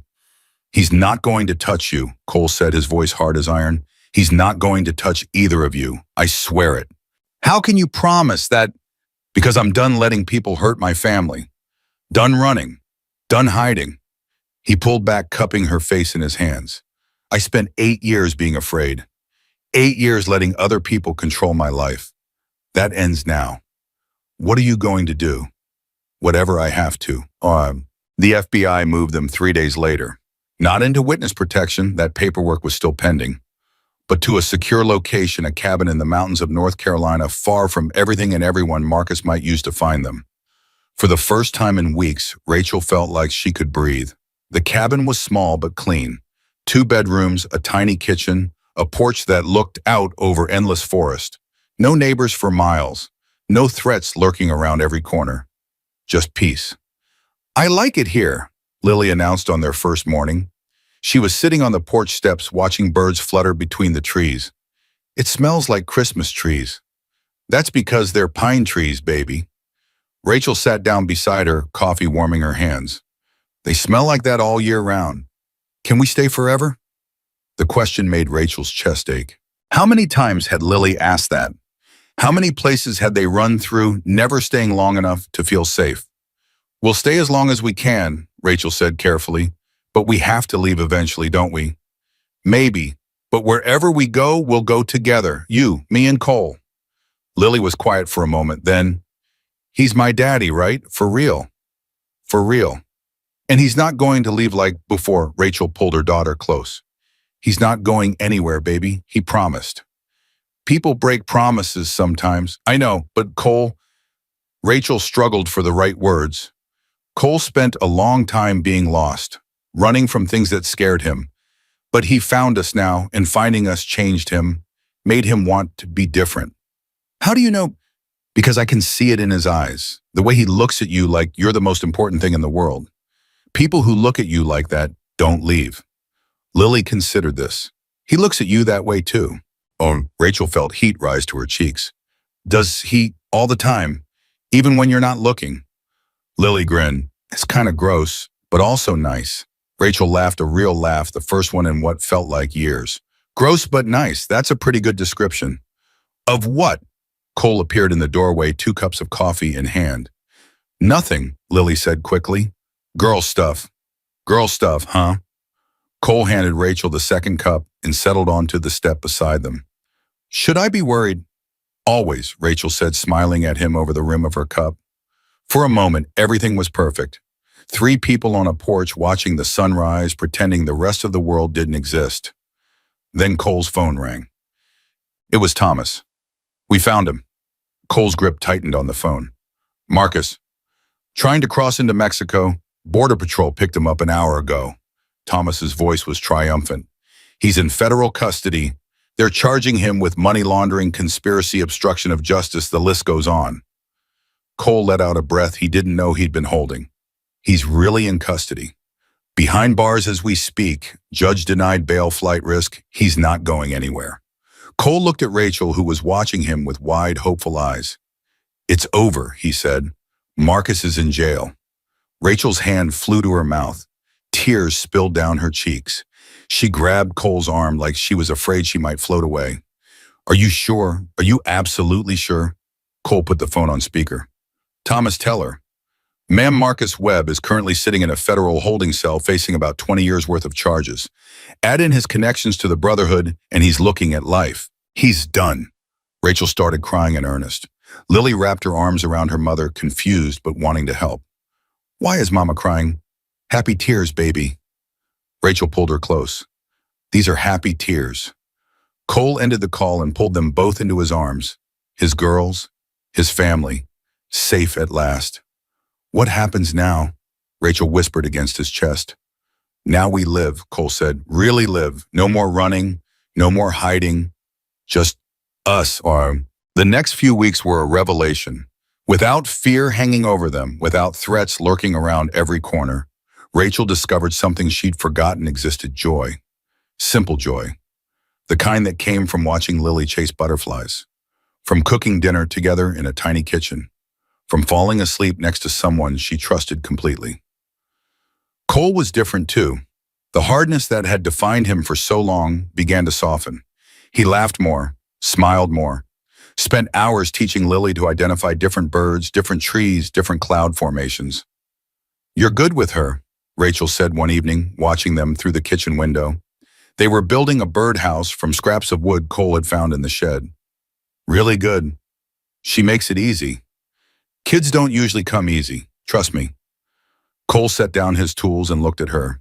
I miss so much, Rachel. 7 years. First steps, first words, first day of school, all of it. I can never get that back. No, you can't. But I can be here now for all the stuff that comes next, if you'll let me. Rachel walked out onto the porch and sat down on the steps beside him. Lily was absorbed in painting the birdhouse purple, her favorite color, despite Cole's earlier joke. I want you here, Rachel said quietly. I've always wanted you here. Even when I hated you, even when I tried to convince myself I'd moved on, part of me was always waiting. I'm sorry I made you wait so long. Don't be sorry, just don't make me wait anymore. Cole turned to face her. His hand came up, cupped her cheek, thumb brushing away a tear she hadn't realized she'd shed. I love you, he said. I never stopped, even when I thought I'd lost you forever. I love you too. The words came out broken raw, like they'd been trapped inside her for years. I tried so hard not to, but I couldn't help it. Cole kissed her. Not a desperate kiss, not a hungry kiss. Something softer, sweeter. A promise sealed with lips and breath. Ooh! They broke apart to find Lily staring at them, brush in hand, purple paint dripping everywhere. You guys are kissing. That's gross. Gross, but nice, Rachel asked, glistening. Lily thought about it I guess. She went back to painting, then added, does this mean we're a real family now? Cole and Rachel looked at each other. Yeah, baby, Cole said. I think it does. The witness protection paperwork finally came through a month later. Agent Reyes delivered it personally, driving up the mountain in a government SUV with a folder full of documents. New identities, she explained, spreading the papers on the kitchen table. New social security numbers. Clean credit histories. Everything you need to start over. Rachel picked up one of the cards. Her new name was Sarah Mitchell. Lily was Emma. Cole was Jack. It feels strange, she said, becoming someone else. You're not becoming someone else, Reyes said. You're just wearing a different name. The people you or the family you've become that doesn't change. Cole was studying his own documents. What about the trial I still have to testify? That's months away. The federal prosecutor is building the case slowly, making sure it's airtight. When the time comes, you'll be brought in under heavy security. Until then, you live your life. And after the trial, you go back to being whoever you want to be. Reyes smiled slightly. The brotherhood is finished, Cole. Between the ledger and the testimony we've gathered, every major player is facing life in prison. They're not coming after you. Not anymore. Cole nodded slowly. What about Marcus? His trial is separate, but the evidence is overwhelming. Our financial experts have traced millions in laundered money. He's not walking away from this. He threatened Rachel, threatened Lily. And that's on record. The phone call she reported, the witness statements from the night he showed up at Eleanor's farm, all of it factors into sentencing. Reyes leaned forward. He's going away for a long time. I can promise you that. After Reyes left, Cole found Rachel standing on the porch, staring at the mountains. Having second thoughts. She shook her head, just thinking about everything we've been through. A month ago, I was engaged to a monster, lying to myself every day, watching my daughter live in fear. And now I'm standing on a mountain with the man I've loved since I was 19, getting ready to start a whole new life. She laughed softly. It's surreal. Good surreal or bad surreal? She turned to face him. The best surreal. Cole pulled her close. I know I've said this before, but thank you for giving me another chance, for believing I could be different. You are different, and you always were, you just didn't know it yet. Rachel pressed her palm against his chest, feeling his heartbeat. Lily changed you. Lily was the start, but you're the reason I want to stay changed. He kissed her forehead. I spent so long being the person the brotherhood needed me to be. Hard, cold, dangerous. But that's not who I want to be anymore. Who do you want to be? Your partner, Lily's father, the kind of man who deserves a family. His voice dropped. I want to be worthy of the way you look at me. You already are. So, the town found them 2 weeks later. Not the way Marcus or the Brotherhood had found them, no threats, no danger. Just a small mountain community that noticed new faces and decided to investigate. The woman who ran the general store showed up first. Her name was Dolly, and she brought pie. Figured you folks might be hungry up here, she said, thrusting the dish into Rachel's surprised hands. Apple cinnamon, my specialty. That's very kind of you. Welcome to Pinewood, honey. We look after each other here. After that, the visits didn't stop. The local pastor invited them to Sunday service. The owner of the hardware store offered Cole a job. A woman named Betty, who taught 3rd grade, told Rachel she'd be happy to homeschool Lily if they didn't want to drive down the mountain every day. These people are so nice, Rachel said one evening, bewildered by the day's 4th casserole delivery. Nobody's even asked where we came from. Small towns, Cole said, sampling the casserole. They're suspicious of outsiders at first, but once they decide you're okay, you're family. Is that what we are, family? Working on it. Lily bounded into the kitchen covered in mud from some backyard adventure. Mama, there's a dog, a real one. He followed me home. Behind her, a scraggly mutt with patches of brown and white fur trotted in like he owned the place. Absolutely not, Rachel said automatically. Please, he doesn't have a collar. I think he's lost. We can't just leave him outside. Rachel looked at Cole for support. He shrugged helplessly. She's got your eyes. I can't say no to those eyes. You're useless. Completely. The dog settled onto the kitchen floor, tail wagging, clearly aware that he'd already won. Fine, Rachel sighed. He can stay, but you're responsible for feeding him and walking him and… Lily threw herself at her mother, nearly knocking her over. Thank you, thank you, thank you. I'm gonna name him Biscuit. Biscuit. Because he's brown and white, like a biscuit. Cole laughed, a real full laugh that had made Rachel's heart swell. Can't argue with that logic. Later that night, with Lily asleep upstairs and Biscuit snoring by the fireplace, Rachel and Cole sat on the porch watching stars appear. This is nice, Rachel said softly. Yeah, it is. Think it can last? Cole was quiet for a moment. I don't know. I've never had anything this good before. Part of me keeps waiting for the other shoe to drop. Me too. But maybe… He reached over and took her hand. Maybe that's okay. Maybe we don't have to have all the answers right now. Maybe we just take it one day at a time, like we promised. One day at a time. And if the other shoe does drop, if something goes wrong, we face it together. No more running, no more hiding. Just us. Rachel squeezed his hand. Just us. Above them, the stars wheeled in their endless dance. Below them, the forest whispered secrets to the wind, and between them, something fragile and precious began to grow. Something that felt like forever. 6 months changed everything. Cole stood at the kitchen window, coffee in hand, watching Lily chase Biscuit across the backyard. The dog had grown fat and happy since they'd adopted him. So had Lily. Her cheeks were rounder now, her laugh louder, her eyes bright with the kind of joy that came from feeling safe. Rachel appeared beside him, her own coffee steaming. You're staring again. Can't help it. Still can't believe she's real. She's real. We're all real. Rachel leaned into his side. How are you feeling about today? Today, the day Cole had been dreading and anticipating for months. The trial.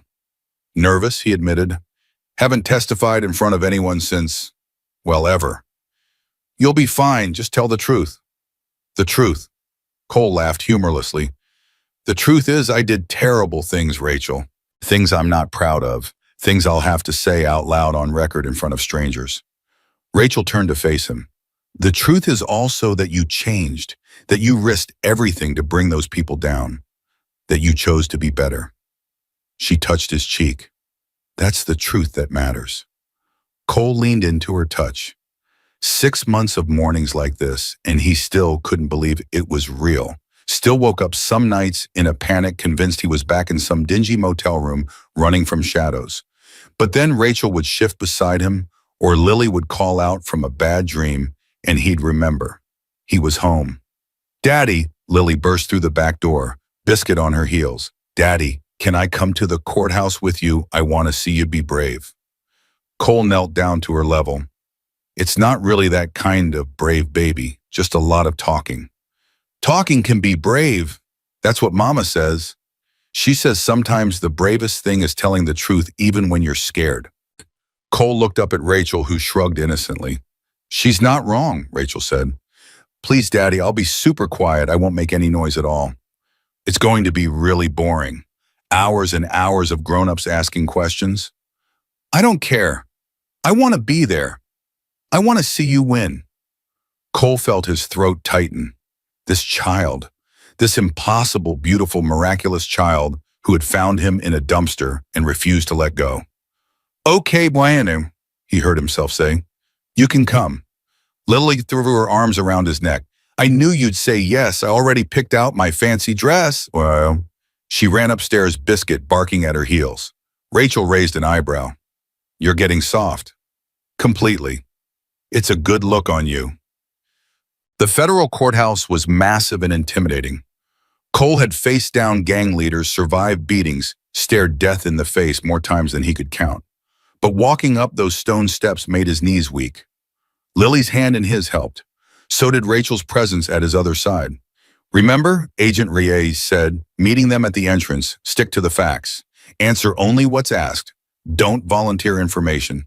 And whatever you do, don't let the defense attorney rattle you. Got it?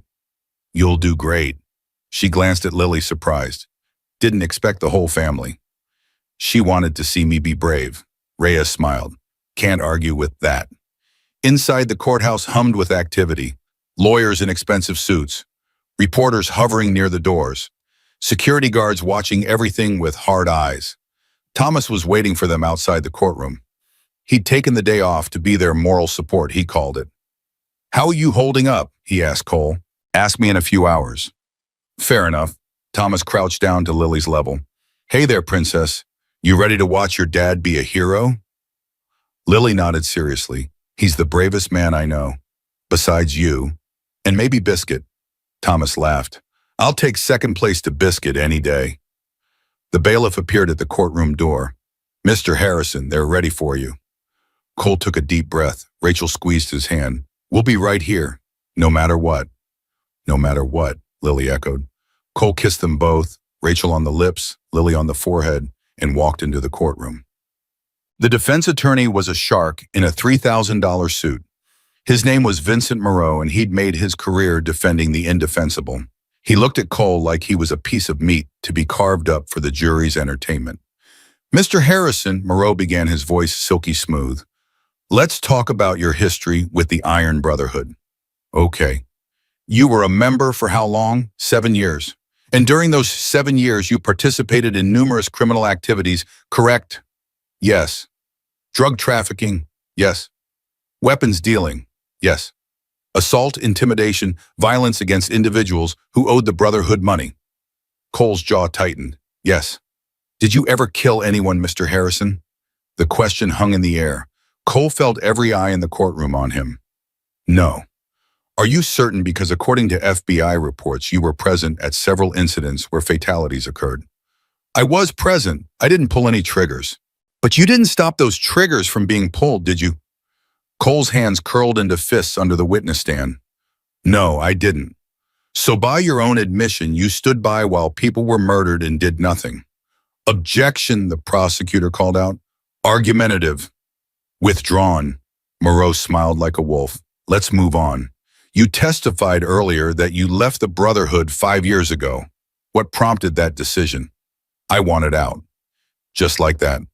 After 7 years of loyal service, you simply wanted out. I fell in love. Cole's voice was steady now. With a woman who deserved better than what I was. I wanted to be worthy of her. How romantic. Moreau's tone dripped with sarcasm. And this woman, Rachel Sanders, she's currently in a relationship with you, correct? Yes. Living with you, yes. Raising a child you claim as your biological daughter. Lily is my daughter. A daughter you didn't know existed until 6 months ago. A daughter you abandoned before she was even born. Cole felt his temper flare. I didn't abandon her. I didn't know. You didn't know because you ran because you disappeared in the middle of the night without a word to the woman carrying your child. I left to protect her. How convenient. Moreau turned to the jury. Ladies and gentlemen, what we have here is a man who spent 7 years as a violent criminal, abandoned his pregnant girlfriend, and now wants us to believe he's a reformed family man. A man willing to say anything to stay out of prison. That's not true, isn't it? Moreau leaned closer. Tell me, Mr. Harrison, what guarantee does this court have that you won't run again, that you won't disappear the moment things get difficult, that you won't return to your criminal ways the first chance you get? Cole looked past Moreau, past the lawyers and the jury and the judge. Through the courtroom door, he could see Rachel and Lily sitting in the gallery. Lily waved when their eyes met. I have everything I ever wanted, Cole said quietly.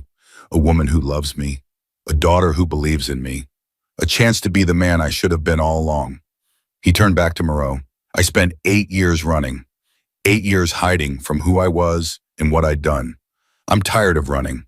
I'm here to face the consequences of my actions, not because I have to, but because it's the right thing to do. Pretty words. They're the truth. You can believe them or not, but I'm done lying. Cole's voice hardened. I was a bad man. I did bad things, and I'll carry that guilt for the rest of my life. But I'm not that man anymore. My daughter found me in a dumpster, beaten and bleeding, and she didn't run. She didn't judge. She saw something in me worth saving. If a 7-year-old can believe in second chances, maybe this court can too. The courtroom was silent. Moreau opened his mouth, then closed it again. For the first time, he seemed at a loss for words. No further questions, he said finally. The verdict came 3 days later. Guilty on all counts. The Brotherhood leadership, every single one of them, was going away for life. Viper got 30 years for the attack on Eleanor's farm. The money launderers, the drug traffickers, the enforcers who had terrorized communities for decades, all of them finished.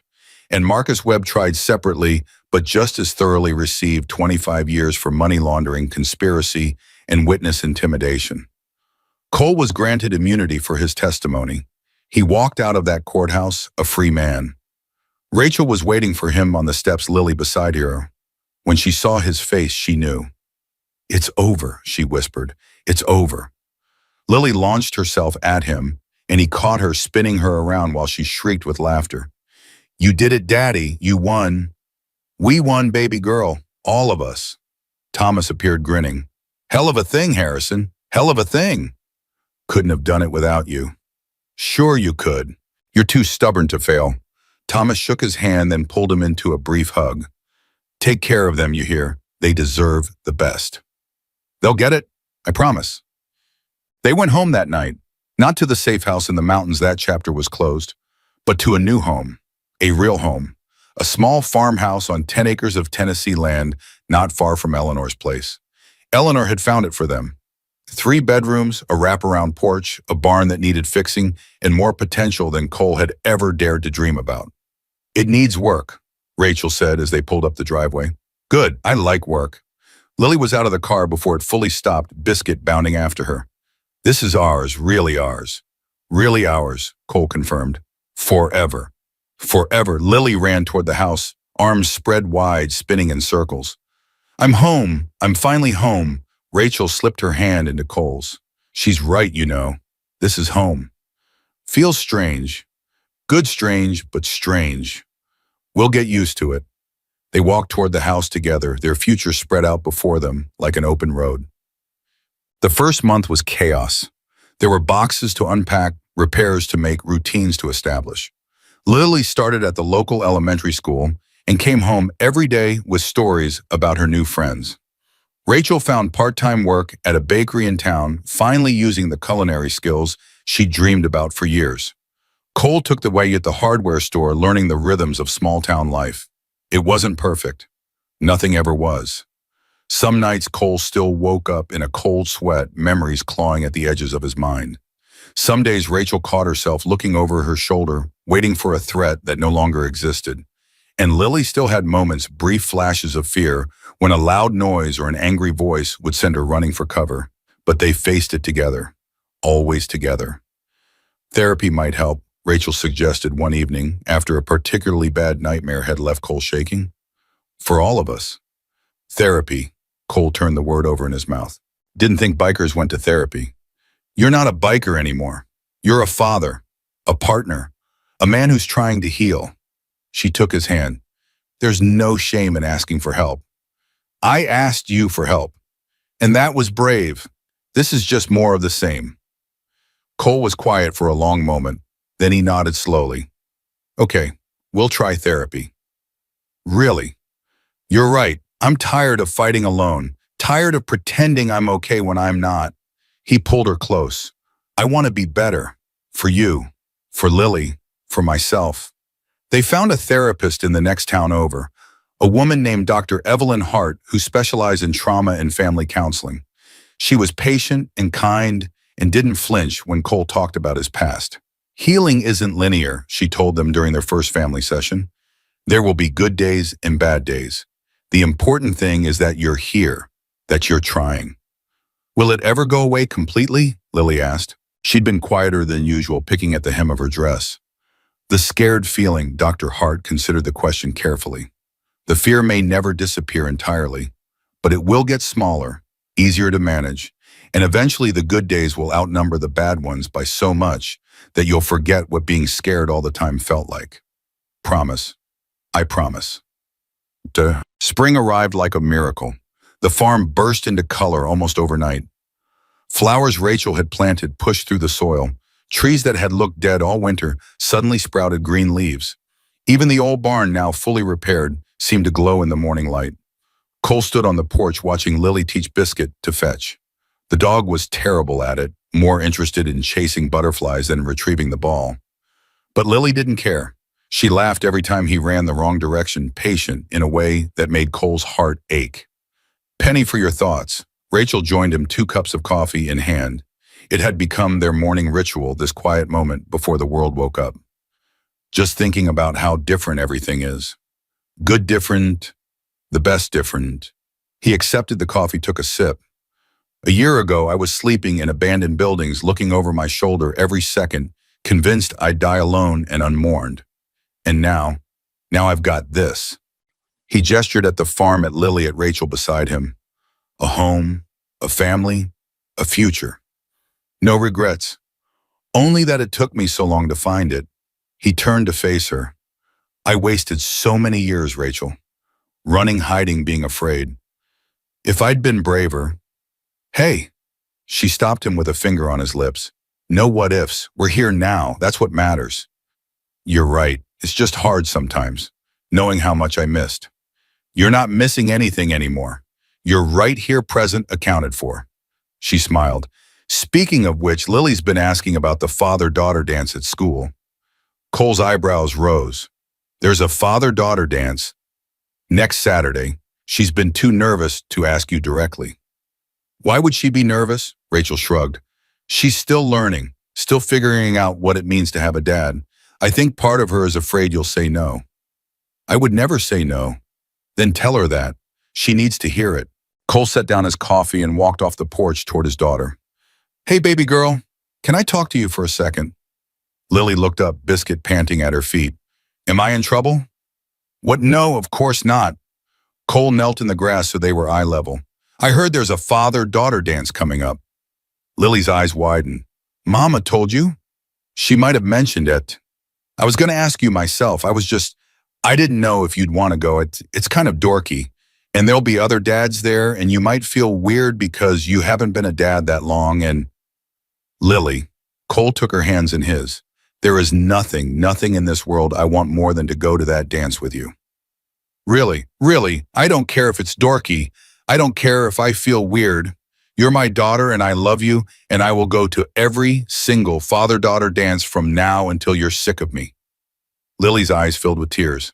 I'll never be sick of you. Good, because you're stuck with me. She threw her arms around his neck, squeezing so tight he could barely breathe. I love you, Daddy. I love you too, baby girl. More than anything in the world. The night of the dance, Cole couldn't stop sweating.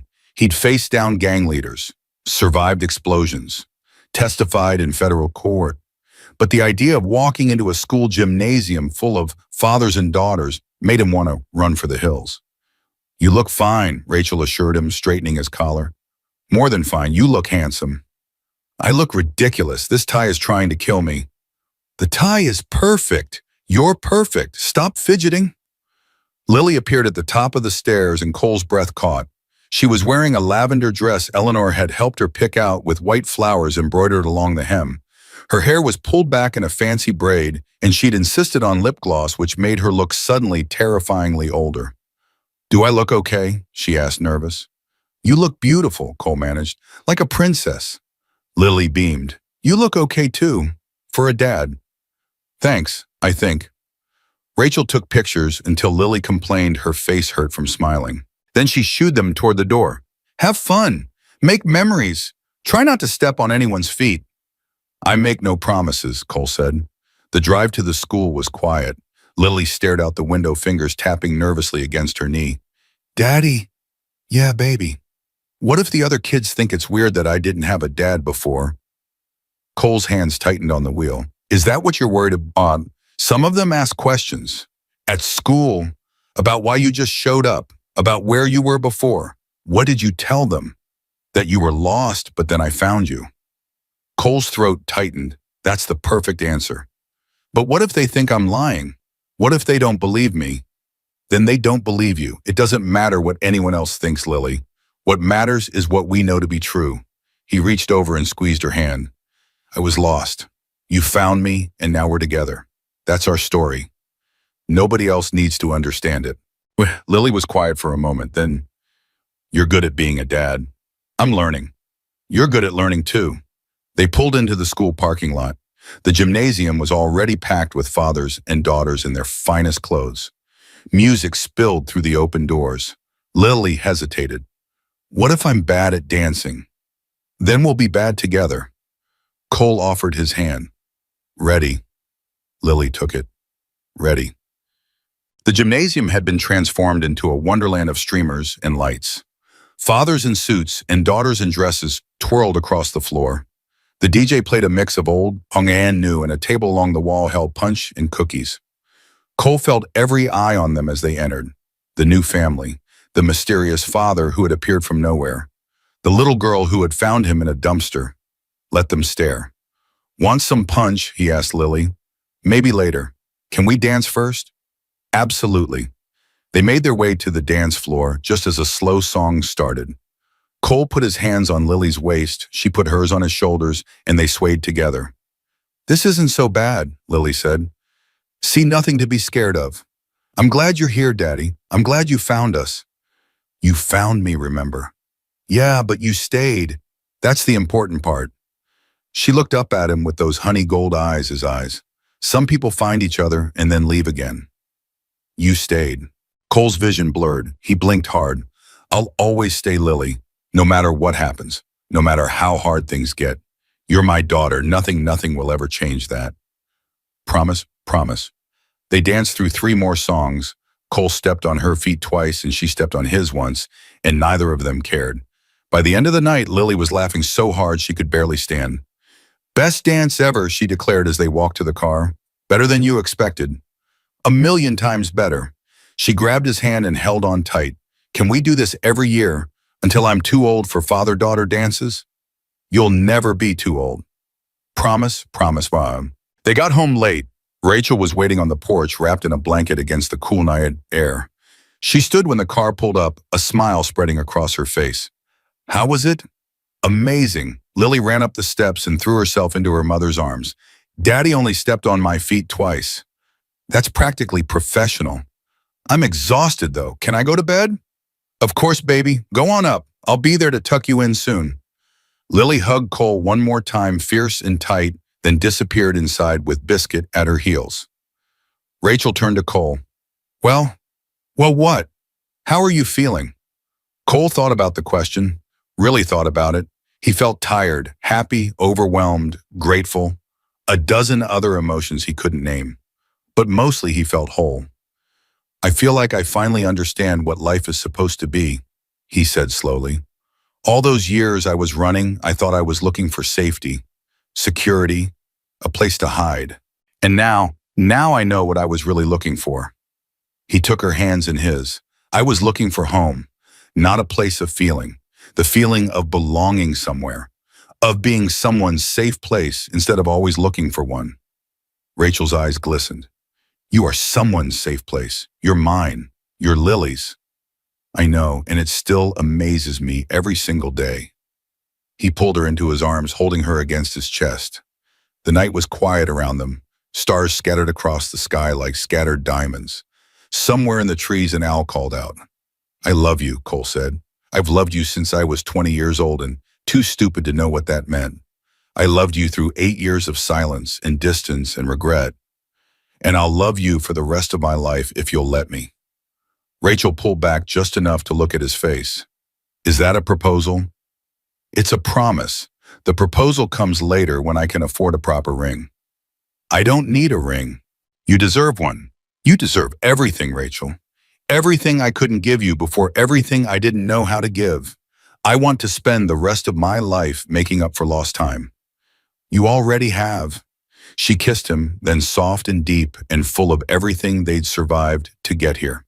When they finally broke apart, Cole rested his forehead against hers. Thank you, he whispered. For what? For believing in second chances, for giving me a family, for looking at a broken man in a dumpster and seeing something worth saving. You were always worth saving. You just didn't know it yet. They stood there on the porch, wrapped in each other's arms as the night deepened around them. Inside the house, Lily was already asleep, dreaming of dancing with her father. Biscuit lay curled at the foot of her bed. Tomorrow would bring new challenges, new joys, new moments to cherish. But tonight, everything was perfect. Tonight, they were home. 1 year later, Cole stood at the edge of the field behind their farmhouse, watching Lily play with 3 other children from her school. She was the ringleader now, organizing games, settling disputes, making sure everyone felt included. She was 8 years old, almost 9, as she reminded everyone constantly, and she had her father's eyes and her mother's heart. Rachel appeared beside him, a glass of lemonade in each hand. Happy anniversary. Cole took the glass, surprised. Anniversary. 1 year since the trial ended. 1 year since we officially became a family. He hadn't realized. Time moved differently now, not in fearful sprints, but in peaceful stretches that blurred together in the best way. 1 year, he repeated, feels like forever. Good forever or bad forever. The best forever. They watched their daughter play, their dog run in circles, their life unfold before them like a gift they had never expected to receive. Any regrets? Rachel asked. Cole thought about the question, about the years he'd lost, the mistakes he'd made, the pain he'd caused and carried. Then he thought about Lily's laugh, Rachel's touch, the way morning light filled their bedroom, the sound of small feet running downstairs. No regrets, he said, just gratitude. For what? For a little girl who looked into a dumpster and saw something worth saving. For a woman who gave me a second chance when I didn't deserve one. For a life I never dared to dream about. Rachel leaned into his side. You know what I'm grateful for? What? For a man who was brave enough to change, who chose his family over his fear, who showed up every single day, even when it was hard. Cole kissed the top of her head. I had good reasons. The best reasons. Lily came running toward them, Biscuit at her heels, her face flushed with joy. Daddy, Daddy, we're playing knights and dragons. You have to be the dragon. I have to be...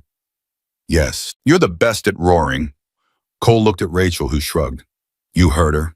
Best at roaring.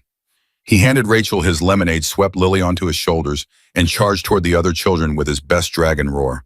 Their screams of delight echoed across the field. Rachel watched them play, her heart full to bursting.